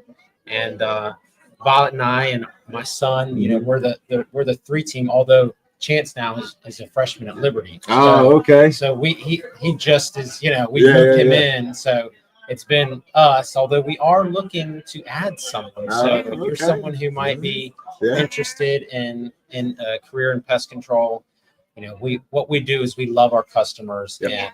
We just we look to excel in all that we do and provide service that, like you at Strosnider Chevrolet, where we bought our Chevy truck, which was awesome today in a termite treatment, pulling a trailer.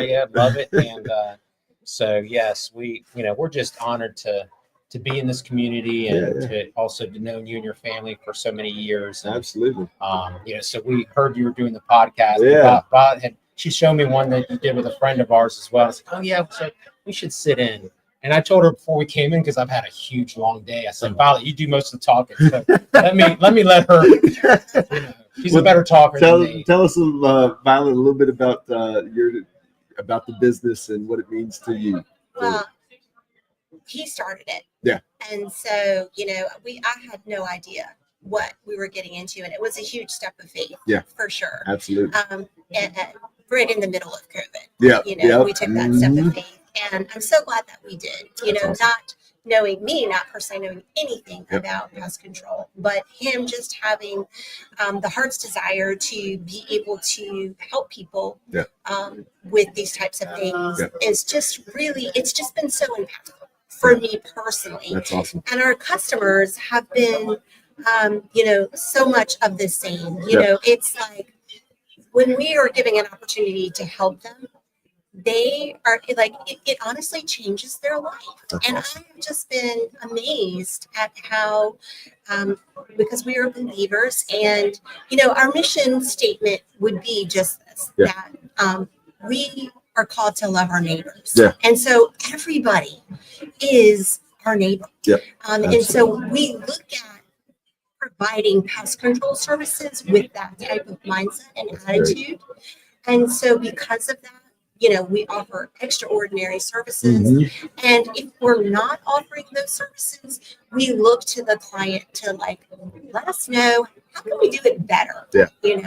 And the feedback that we get from the customers is just a daily blessing for us. Yeah. So that's really what it's all about. I mean, it's providing pest control services for the purpose to help people have peace of mind. That's awesome. And that's awesome. Well, the good stuff. Not only are y'all a customer of mine, but I'm a customer of y'all's. So it goes both ways, and I can attest personally to the service that y'all give, and y'all have been wonderful when you've done some treatments in my house. So thank you very much, and I pray that y'all continue to be blessed in this business. Real quick, because we're trying to roll through a bunch of people, so we're going to move a little quicker. But just give us real quick before we sign off here. Give me one little piece of advice or a piece of wisdom that you could share with our community. Yeah. Okay. Well, I would say for a homeowner, the best advice that I would say, especially now in this time frame of fall, is just take a walk around your home and look to see if there's any gaps. Sometimes mice will chew the screen of the crawl vent, or where your heat pump, those lines go into the crawl space. Look at that, see if there's gaps. Yeah. And preventatively wise, those are good things to see. Will call us and we'll help do that, and also ensure that there's not already something in there that could then cause an infestation. Awesome. Always keeping an eye out for the client. Yep. Yeah, and we offer free inspections. And like he said, we are in this place where we are looking for the right individual to come on board and be a part of our team. So visit our website because it has join our team on there. There you go. There you go. Well, thank you for joining us. We're going to move on to the next one. Please make sure you patronize Vine and Branch and Rob and Violet. They do a wonderful job. If you're looking for a job in pest control, reach out to them. All right. We'll see y'all in just a few minutes. Our dealership. After walking through our front doors, you will be met by our friendly sales team. As you make your way inside, our receptionist is here to welcome you with a smile and make sure you feel right at home.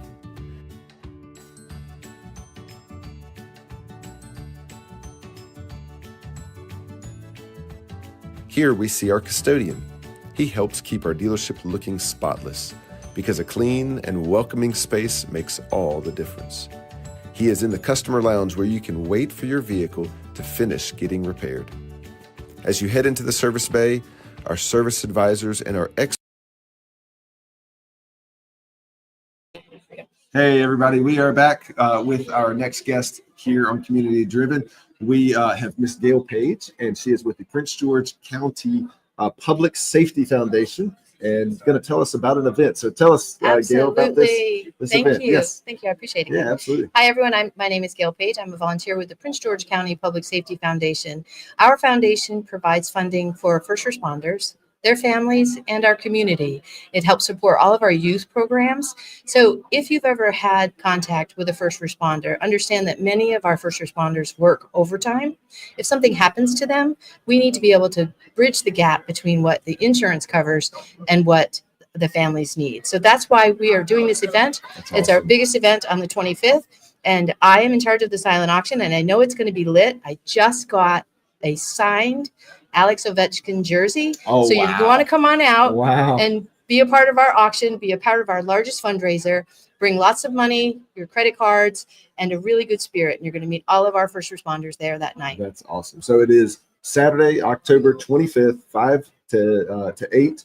And it's at the Ruritan Club in Prince George, correct? That's right. Ruritan Club in Prince George. Yes, Awesome, it is. awesome. If you want to give the address, though, I'm Okay. brand new to volunteering here, yeah. and so the area I'm still learning. 5450 Ruffin Road, which is across from the Barnes of Canak. Most people know the Barnes of Canak down from Circle D in Prince George. They know those landmarks. So the new Ruritan Club that was just built within the past few years. So most people know that area. So yeah, That's good. Gail, Thank you. Thank you so much, and best of luck. I hope this is a huge event. We always love.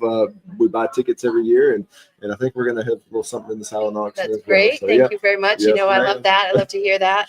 And also, I just had a thought about for people who cannot attend, we are selling tickets. You can actually come at 4:00 and pick up a dinner. The tickets are $30 for a to-go box, which still includes your steak, your potato, your salad, and a dessert. And all of our desserts have been donated by Donut Ask.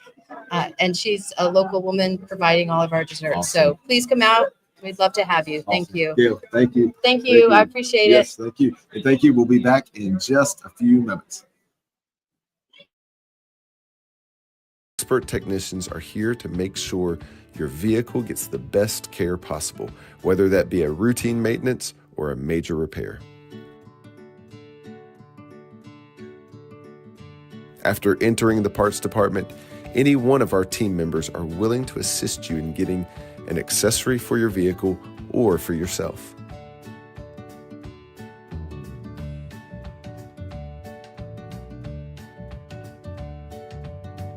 With world-class technicians and the rest of our skilled team, we use the latest technology and genuine GM parts to help keep your vehicle running like new.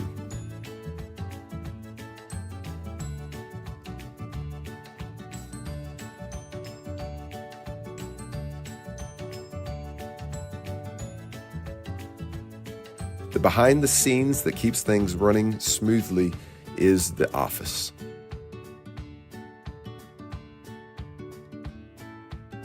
So, whether you're shopping, servicing, or just stopping by, we're here to make your experience easy, friendly, and unforgettable. Come see us today at Strosnider Chevrolet, where nobody treats you better.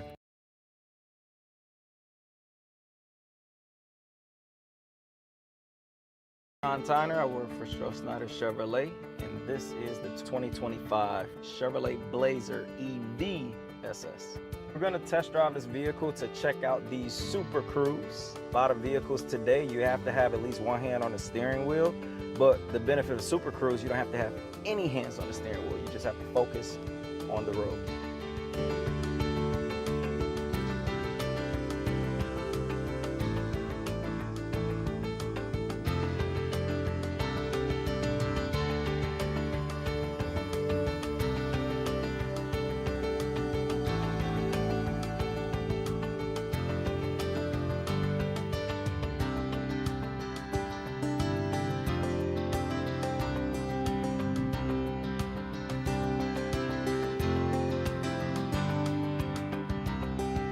The pickup is immediate. As soon as I step on.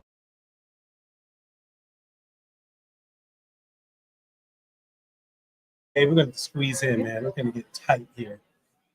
All right, we are back here at Community Driven at the annual Hopewell Prince George Chamber Mixer at Richard Bland College here, and I have two very special guests with me. I have Dr. Cliff Morris and Dr. David Ellis, and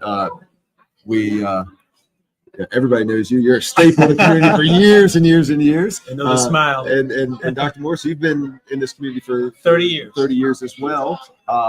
Cardiologist and a dentist, and certainly y'all have been very instrumental. But you're here not to talk about your practices, but to talk about your help in the. Tell me about that. I forget the name of the coalition. Healthy Hopewell Coalition. Healthy Hopewell Coalition. So tell us about that. Yeah. Well, it's something that we came together and started this about a year ago.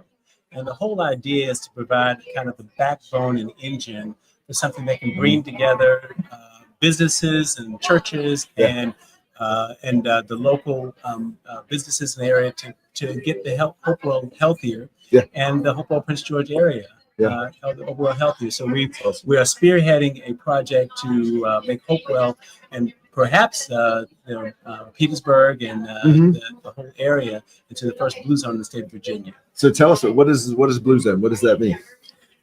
Blue zone basically is we're trying to get people to be healthier. Okay. Trying to eat better, do better, take care of the senior citizens with them, be more involved in the community, and just do everything in a much more healthier lifestyle. Yeah.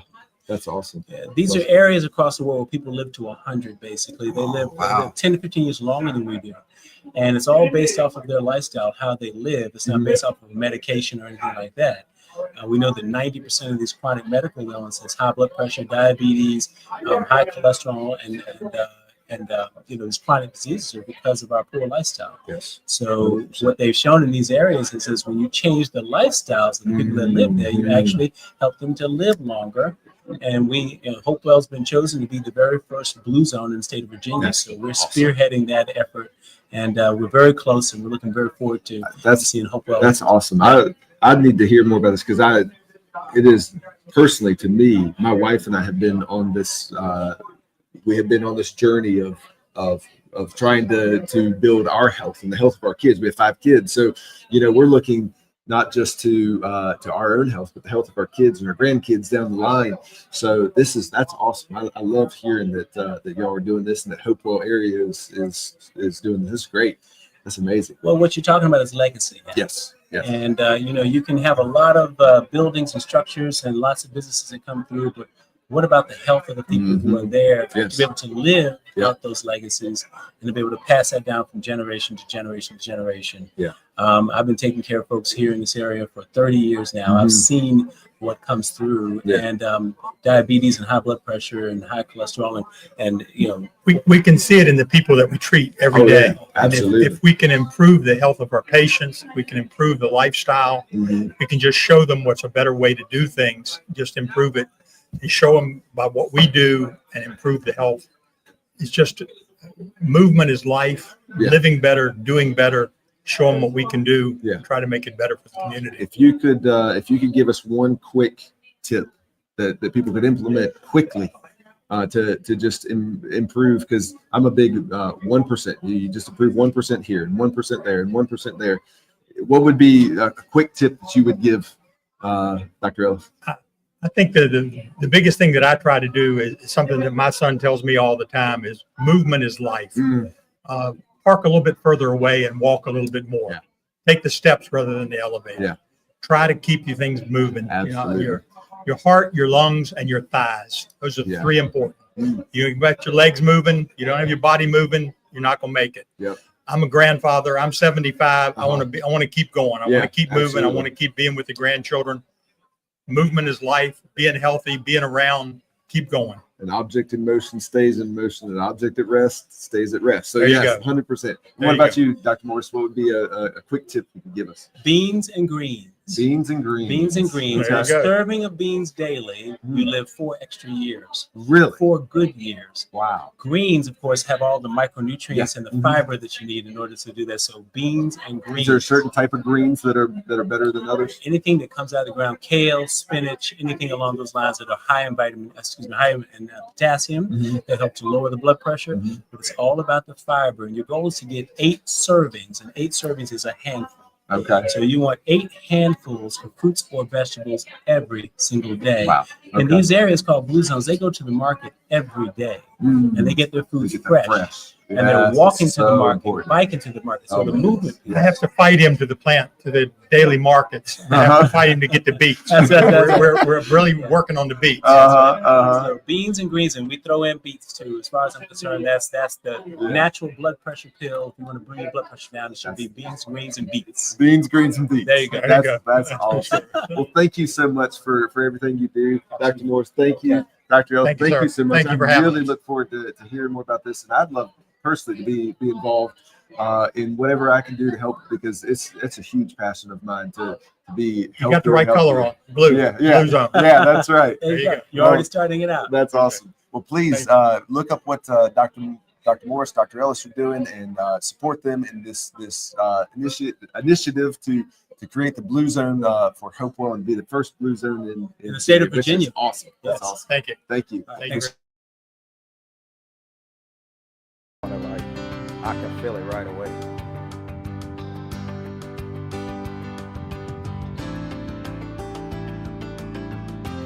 Now what I want to do is kind of test it by looking away, see if it tells me anything.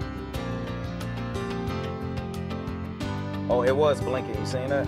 So yes, take vehicle control. It blinks red and tell you to grab the steering wheel if it notices that you're not looking forward.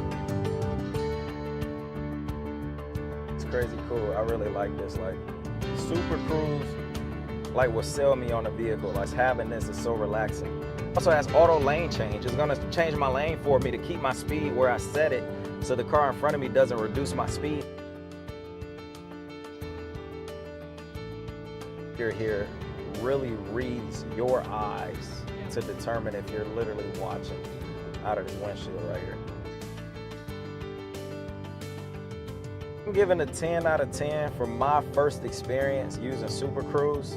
It was very accurate. A lot of vehicles struggle to stay in the lane and it sway left, sway right. This is dead on. 10 out of 10 for me. I think it is better for people overall, just for long distance driving. I hope you guys really enjoyed the video about Super Cruise. This is Sean Tyner here at Strosnider Chevrolet.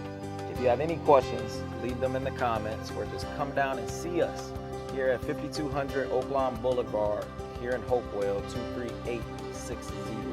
And remember, nobody will treat you better. All right, everybody, we are back at Community Driven at the I almost said Prince George. Hopewell Prince George annual mixer here at Richard Bland College, and we are with Mr. Michael Flanagan from make sure I say it right, the Capital Region Military Alliance. Yep, Karma. Karma. It's kind of a neat twist on Yeah, words. absolutely. A long history in the military and in bridging the military and civilian worlds as well. So tell us a little bit about the Capital Region Military Alliance. Yeah, great. Well, so the Capital Region Military Alliance, Karma, is rather new, about 18 months. So we started in February of 2024 and really began because when I was the civilian aide to the Secretary of the Army, the installation commander, the commanding general back in 2018, wanted to open up the museums. We've got 3 museums on Fort Lee: Quartermaster, Army Women's Museum, and the Ordnance Museum. He wanted to open those up to the public, so we'd get more people in there. And so he said, "Hey, Mike, I need you to work with the communities and get a coalition together to do that." Well, there was no mechanism to do that. We had kind of a group that got together quarterly, but there wasn't an action organization. So probably from 19 through 22, I talked to my peers across the country outside of major installations. I said, "How do you do this?" I said, "Oh, it's easy. We got these things called military affairs councils, and they represent the communities to the installation and the installation back to the communities." And it's nothing new, but it's new to our region. So at the same time, Becky was contacted by this organization called the Association for Defense Communities. It's been around since the 1950s. And during COVID, they actually called communities that did not have membership in their organization, that were defense communities, and introduced themselves and said, "Hey, you ought to get connected with us. You're missing opportunities." So that was happening at the same time I was trying to figure this out. So we actually got together almost by coincidence. And I shared with her, "Hey, we ought to have one of these things." And Becky, I had talked to all the chambers of commerce, and Becky is the only chamber that said, "Hey, let's do it. Let's create something."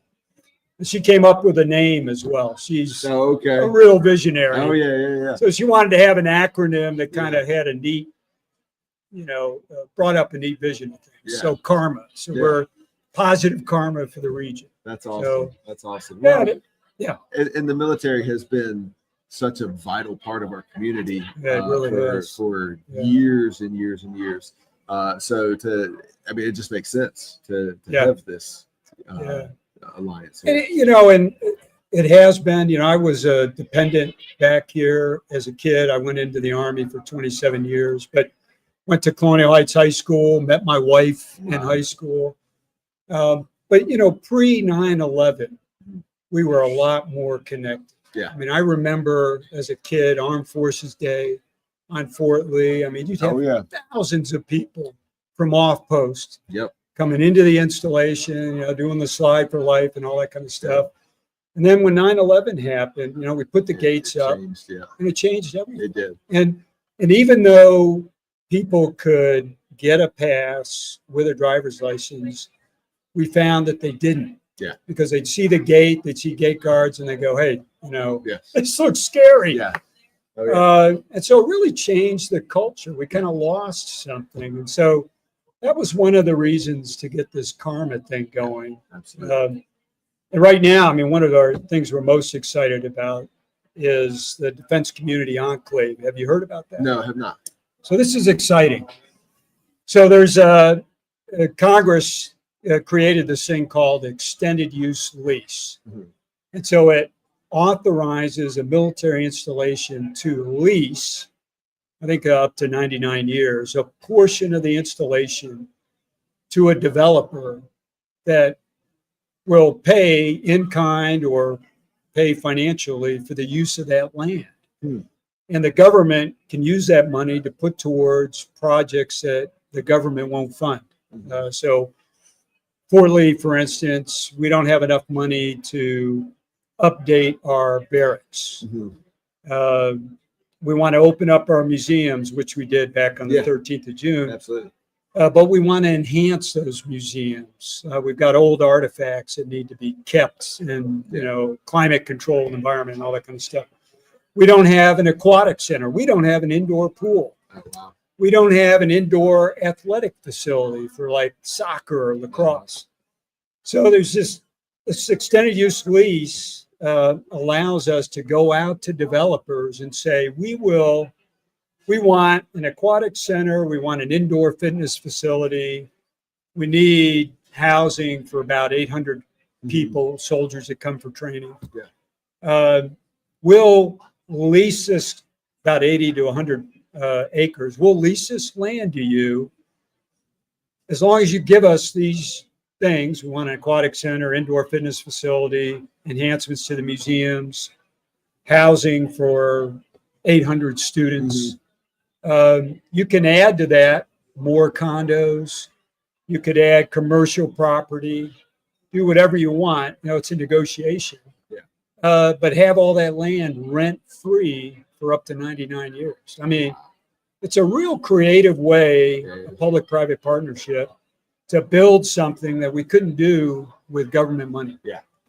And it benefits both the communities and the government. So we opened up the museums and this idea back on the 13th of June for the Army's 250th anniversary.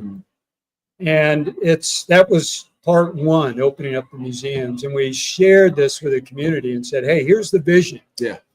And now we're in the process of getting approval to do that. So it's really exciting. And I think it'll be a game changer for the region. That's great. Yeah, That's great. yeah. We're looking forward to seeing that develop more and more. I know y'all been working on it, like you said, 18 months. And I know that it's going to continue to develop and see that. I'd love to see Fort Lee open up even more. I remember also as a child going on Fort Lee and playing soccer, going to the swimming pool, the outdoor pool that was there. I don't know if it's still there or not, but outdoor is, but the indoor isn't. So I remember. So I love the work you're doing to really bridge the gap between those two communities. So thank you so much. It's a lot of fun. Thanks. Good to catch up. Thanks for what you're doing with your podcast. Yeah, absolutely. Big fan. Thanks. Well, if you're so inclined, please see how you can get involved with Michael, with Becky, with the Hopewell Prince George Chamber on bridging that gap with the Capital Region Military Alliance. Karma. All right. Thanks. Hey, thanks.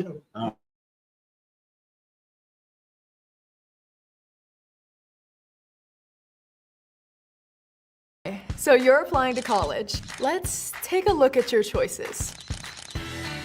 Four-year schools, too expensive. Community college, no residential options. Overwhelmed? Look no further than Richard Bland College. We're affordable, with apartment-style living, with the world's most advanced robotic humanoid. Bridging gaps with empathy and understanding.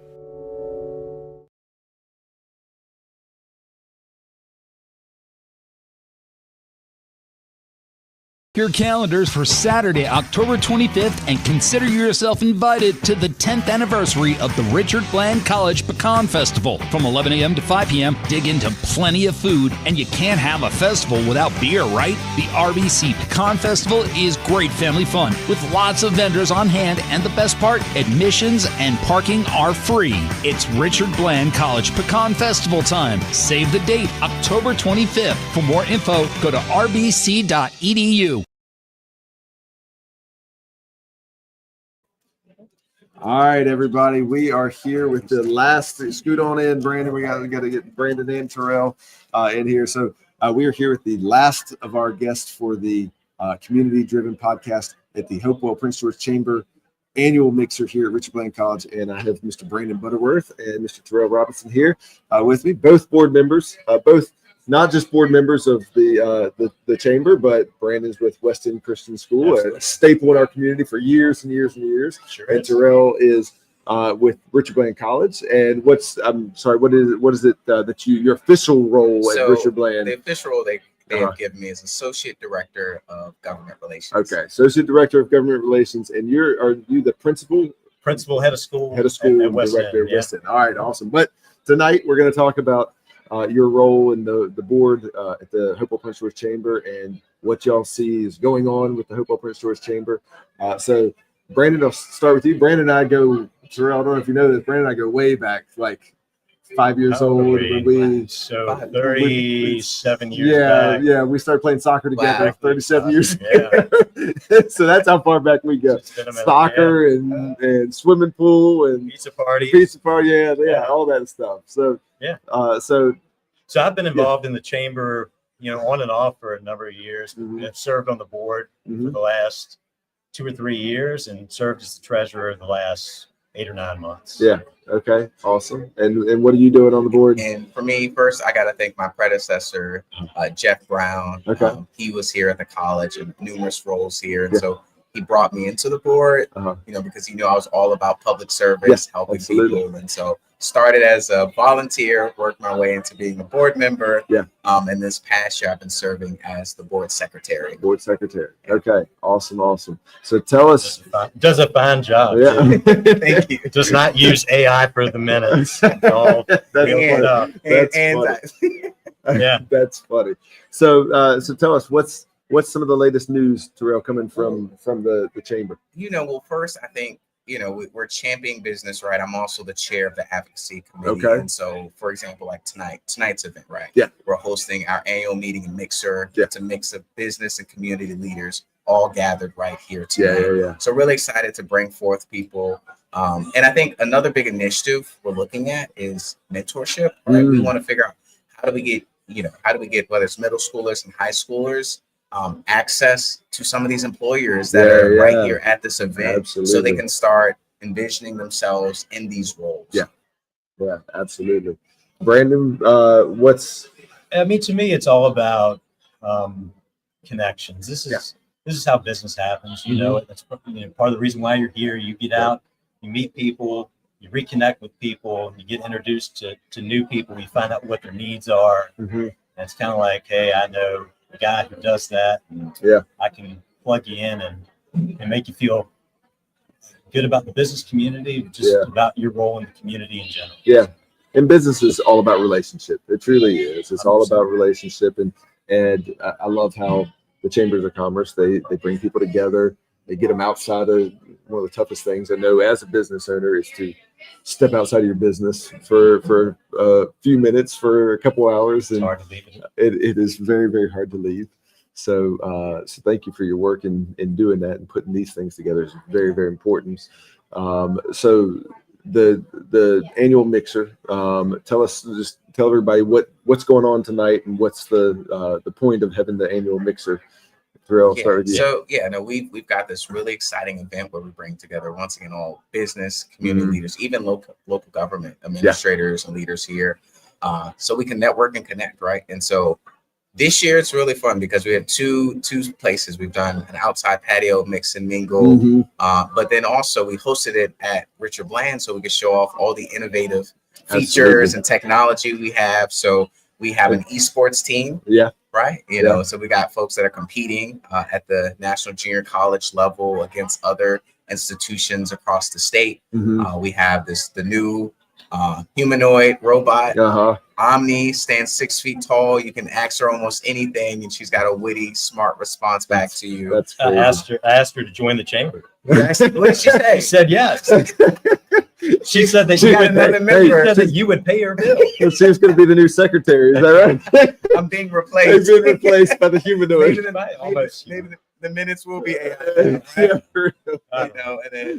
And once again, like we're in our one button studio where students, staff, and faculty get to access this every day, right? And so we're bringing the latest and greatest technology here, and we want to show it to our business and community leaders that may have never been a part of esports, ever seen the robot, or just been in our academic innovation center, which is brand new. So really excited about bringing people together, exchange of ideas, right here. Yeah, that's awesome. That's awesome. And tell just your experience over many years. I mean, you've been involved with the Hopewell Prince George Chamber for how many years? On and off for 20 years. I still say 20 some years. So tell us how the Hopewell Prince George Chamber has personally impacted you, Brandon. When I look back at so many of the relationships that I have today, a lot of them started at either mixers or happy hours, or ribbon cuttings, or things like that. You shake a hand, you meet somebody. It's about more than closing a deal or making a sale. Hopefully, you can be a resource to them at some point down the road, and you never know. 20 years later, it might be, hey, I met you at the ribbon cutting for Ellis Family Dentistry. Who knows what it's going to be? But absolutely. But that's what community is all about. Absolutely. Well, thank y'all for your work every single day. Thank you. I know. Now, Will, are you from this? I said Will, Terrell. I called you Will earlier too. Terrell. Are you from this area? Where are you Yeah, from? so born in Richmond. I grew up in Ashland with my grandmother. Okay. So I went to Randolph-Macon. Okay. Yeah. Yellow Jackets. Right? Yeah. I went there 2 years and Okay, then transferred. Okay. So how long you been down in this area? Yeah. So I've been working for the college since 22. So Since 22. This upcoming January will be 4 years 4 at years. the college. Yeah. And I love it. It's a great place to be. And Brandon, 42 years in there. You are a lifer just like me. I did go away to Farmville for about 11 years, and I came back. I've been back for 11 years. So, but yeah, I'm this is my home. Yeah, born and raised. Have it any other way. Yeah, absolutely.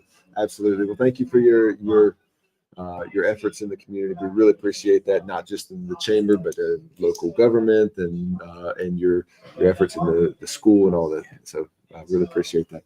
And thank you for joining us for our first ever live podcast from a Hopewell Prince George Chamber event. Hopefully it went well. Thank you for joining us, and we will see you next time on Community Driven. All right. 2, 3.